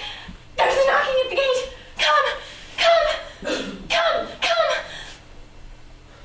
Give me your hand.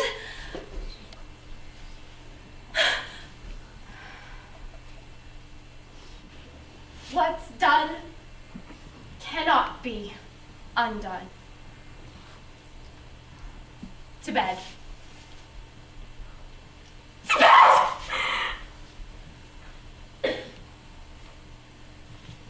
To bed. Will she go now to bed? Directly. Foul whisperings are abroad. Unnatural deeds do breed unnatural troubles. Infected minds to their deaf pillows will discharge their secrets. More needs she the divine than the physician. God forgive us all. Look after her. Remove from her the means of all annoyance. And still keep eyes upon her. So good night.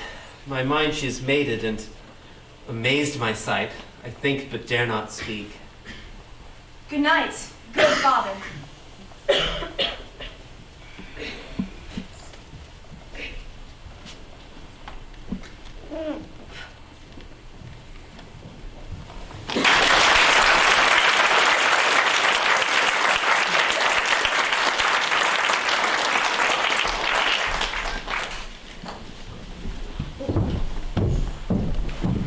The English power draws near, led on by Malcolm, his uncle Seward, and the good Macduff.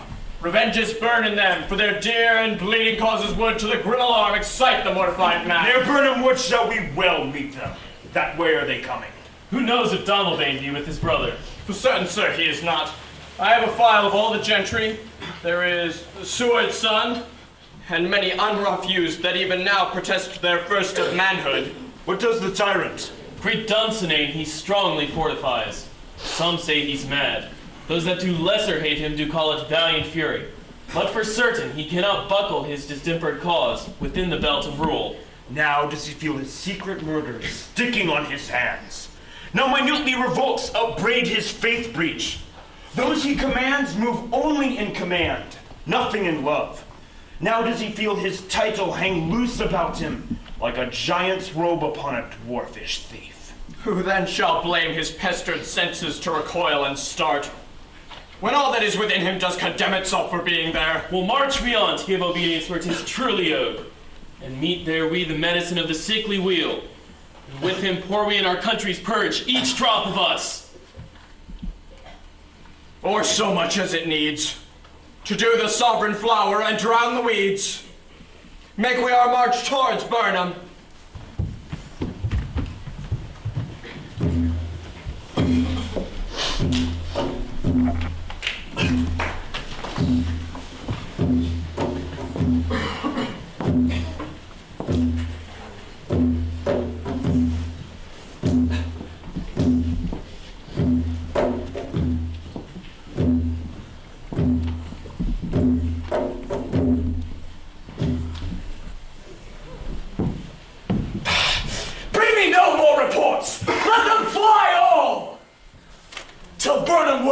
To Thomson, I cannot taint with fear.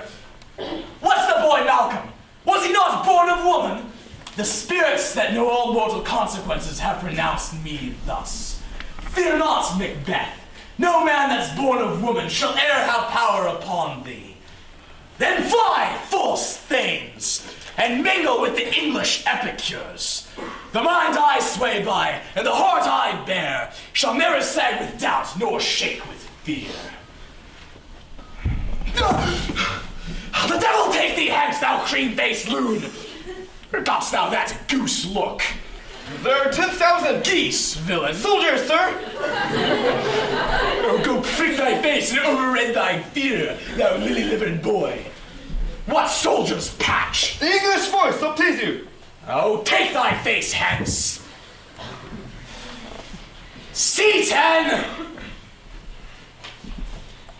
I'm sick at heart when I behold Satan, I say! This push shall cheer me ever, or deceit me now. I have lived long enough. My way of life has fallen into the sere, the yellow leaf, and that which should accompany old age, as honor, love, obedience, troop of friends, I must not look to have, but in their stead curses, not loud but deep, mouth honor, breath, which the poor heart fain would deny, and dare not. Season! What is your What news more? All is confirmed, my lord, which was reported.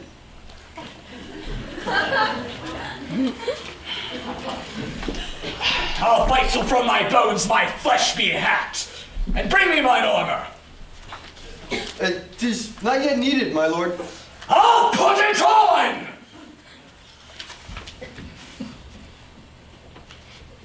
Send out more horses. Scur the country round. Hang those that talk of fear. And bring me mine armor! How does your patient, priest? Not so sick, my lord, as she is troubled with thick-coming fancies that keep her from her rest. Cure her of that.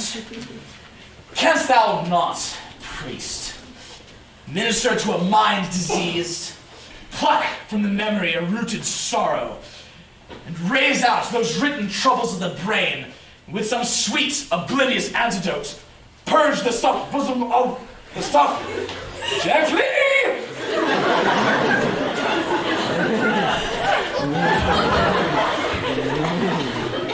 Purge that bosom of the stuff that weighs upon the heart.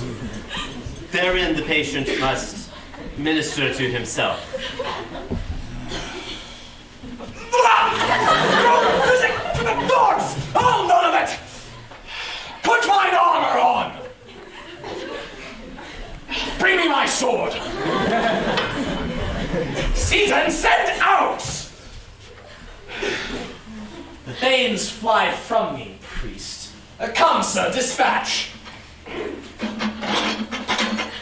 If thou couldst, priest, cast the water of my land, find her disease, and purge it to a sound and pristine health.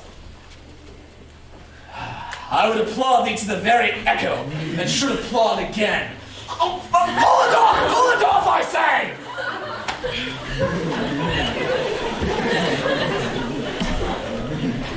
What rhubarb chime, or what purgative drug could scour these English hence? Hearest thou of them? Aye, my lord. Your royal preparation makes us hear something. Oh, bring it after me! I will not be afraid of death and bane till Burnham Forest come to Thomson aid.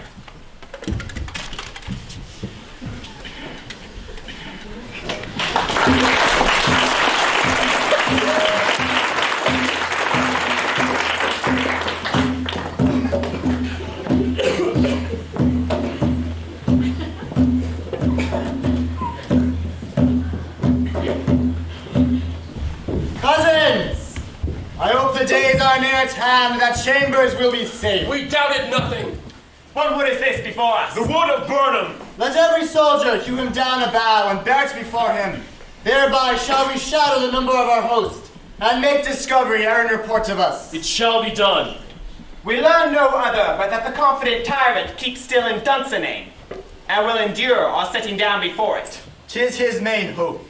For where there's advantage to be given, both more and less hath given him the revolt, and none serve with him but constrained things, whose hearts are absent too. Let our just censures attend the true event, and put we on industrious soldiership. The time approaches that with due decision will make us know what we shall say we have and what we owe. Thoughts speculative their unsure hopes relate, but these issues strokes must arbitrate. 'Twas which advanced the war!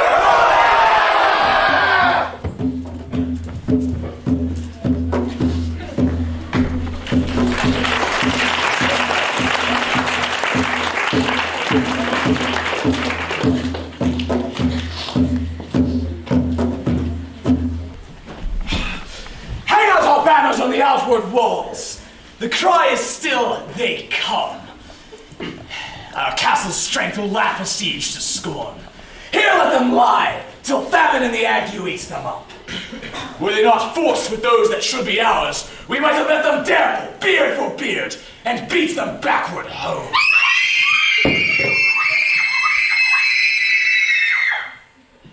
What is that noise? 'Tis the cry of women, my good lord.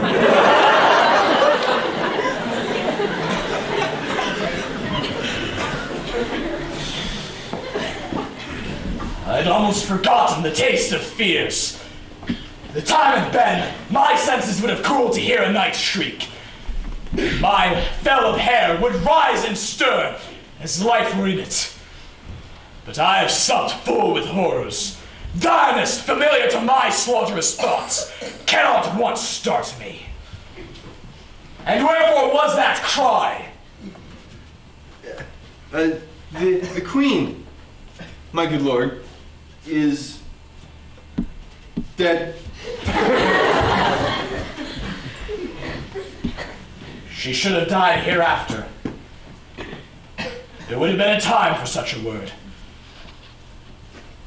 Tomorrow, and tomorrow, and tomorrow creeps in this petty pace from day to day to the last syllable of recorded time. And all our yesterdays have lighted fools the way to dusty death.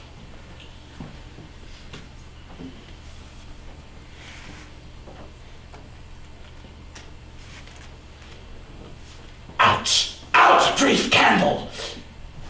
Life's but a poor player, a walking shadow that struts and frets his hour on the stage, and then is heard no more.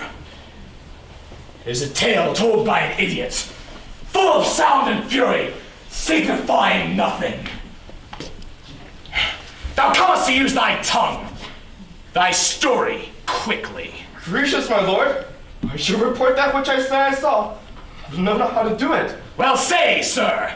As I did stand my watch upon the hill, I looked toward Burnham, and anon methought, the will begin to move. Liar and slave! Let me into your wrath if it be not so. Within this 3 mile, you see it coming, I say, a moving grove. If thou speakest false, from the first tree shalt thou hang alive, till famine cling thee! If thy speech be sooth, I care not if thou dost as much for me. I pull in resolution, and begin to doubt the word of the fiend that lies like truth. Fear not, till Burnham Wood comes to Dunsinane. And now a forest comes from Dunsinane. Arm, and out! If that which he avouches does appear, there is no flying hence nor tarrying here. I begin to be a-weary of the sun, and wish the estate of the world were now undone. Ring the alarm bell! Blow wind, come rack! At least we'll die with harness on our back.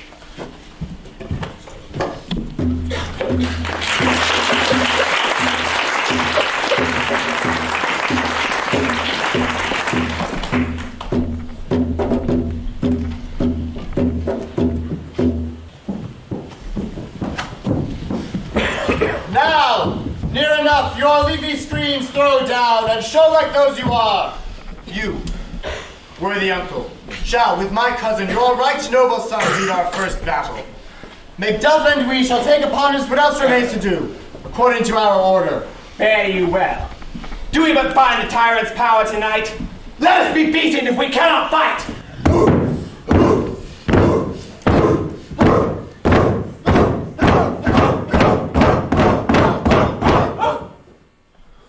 Make all our trumpets sound! Give them all breath! Those clamorous homages of blood and death!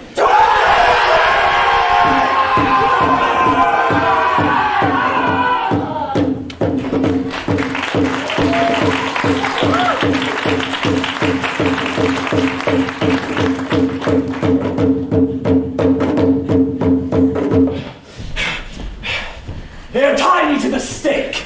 I cannot fly, but bear-like must fight the course. Was he that was not born of woman? Such a one am I to fear, or none. What is thy name? Thou'lt be afraid to hear it. Not though thou callest thyself a hotter name than any is in hell. My name's Macbeth. The devil himself could not pronounce a title more hateful to my ear. No more fearful. Thou liest! Upon the tyrant with my sword I'll prove the lie thou speakst.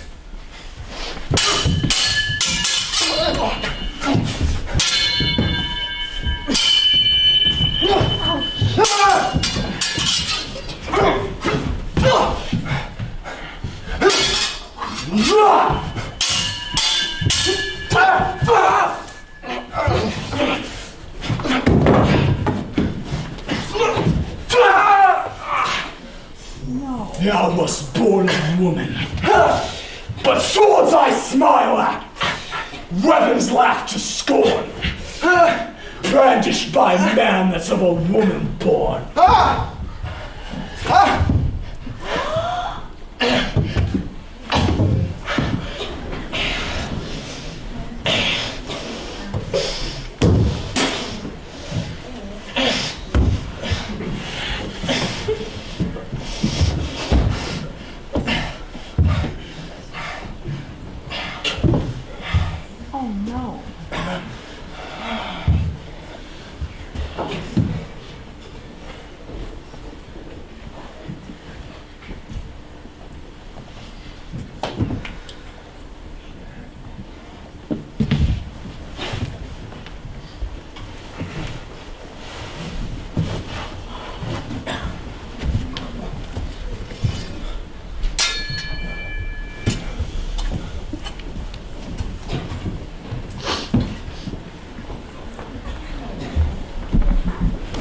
That way the noise is.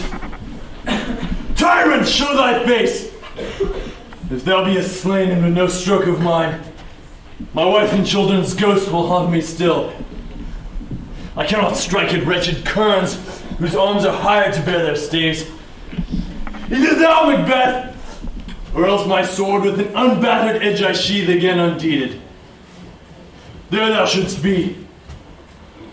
By this great clatter, one of greatest notes seems brooded. Let me find him, O Christ, and more I beg not. This way, my lord. The castle's gently winded. The tyrants people on both sides do fight, and the noble thanes do bravely in the war. The day itself almost professes to be yours, and little is to do. We have met with foes that strike beside us. Enter, sir. The castle.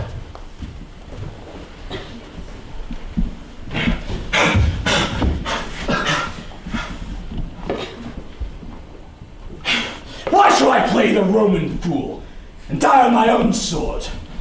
While I still see lives, the gashes do better upon them.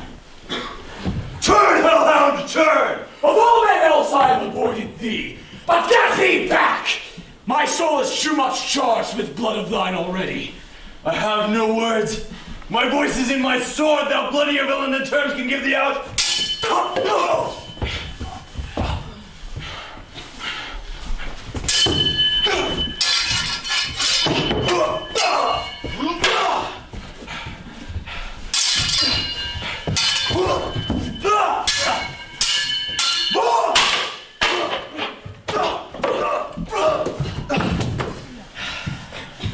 Thou losest labor. As easy mayest thou the entrenchant air with thy keen sword and press as make me bleed. I bear a charmed life which must not yield to one of woman born. Just bear thy charm, and let the angel whom thou still hast served tell thee Macduff was from his mother's womb untimely ripped.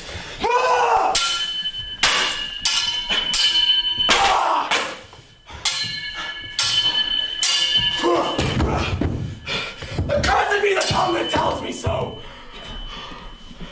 For it hath broke my better part of man. And let these juggling fiends be no more believed, and palter with us in a double sense, that keep the word of promise to our ear, and break it to our hope. I'll not fight thee.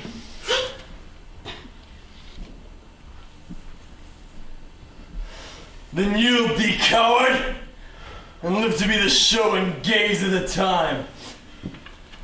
We'll have thee as our rarer monsters are, painted on a pole, and under it, here may you see the tyrant. I will not yield to kiss the ground beneath young Malcolm's feet, be baited by the rabble's curse. Though burning forest come to Thomson, and thou oppose being of no woman born, yet I will try the last. Before thy body I throw my warlike shield. Lay on, Macduff, and damn thee in the first cries hold enough.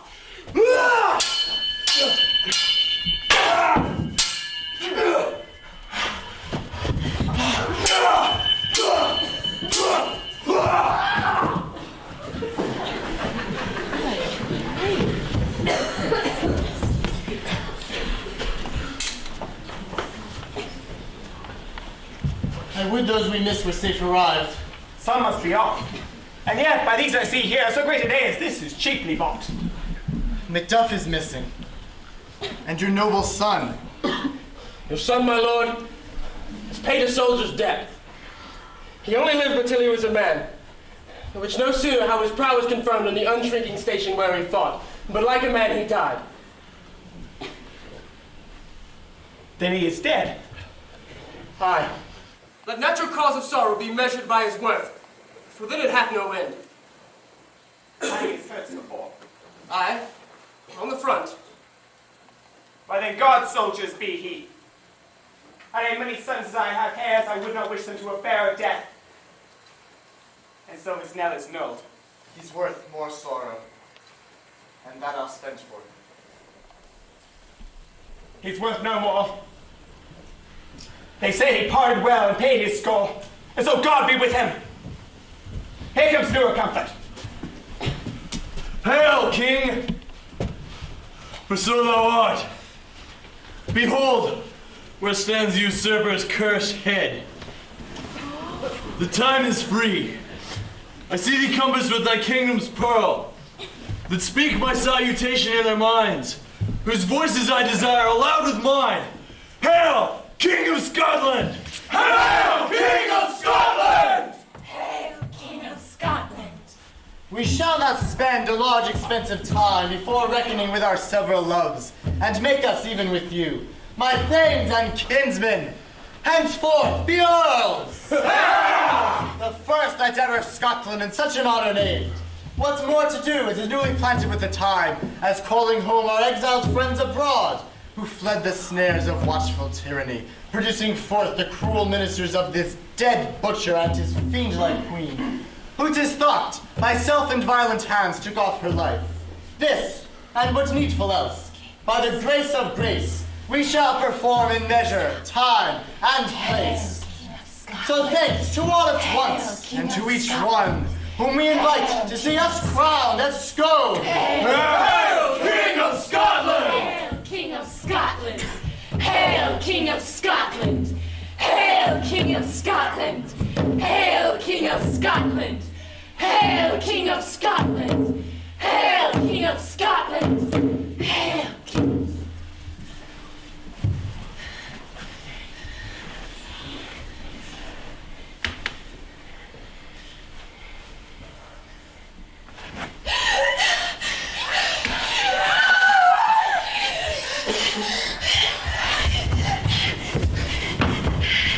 Hail, King of Scotland! Hail, King of Scotland! Hail, King of Scotland!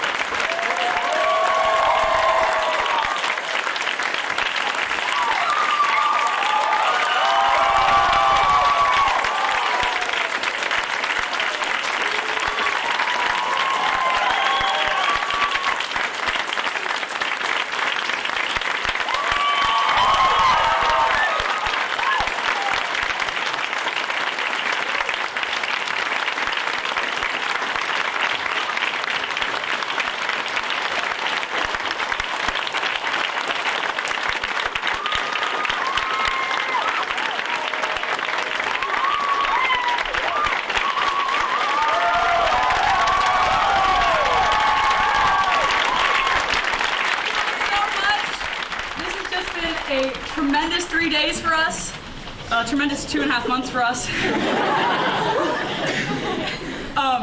Right now I just want to thank all of our cast. They have worked so hard.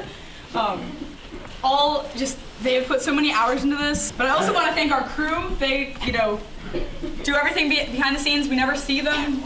Luckily, if I do my light views right. So can the crew come out right now? The Lisa and Deborah and Megan.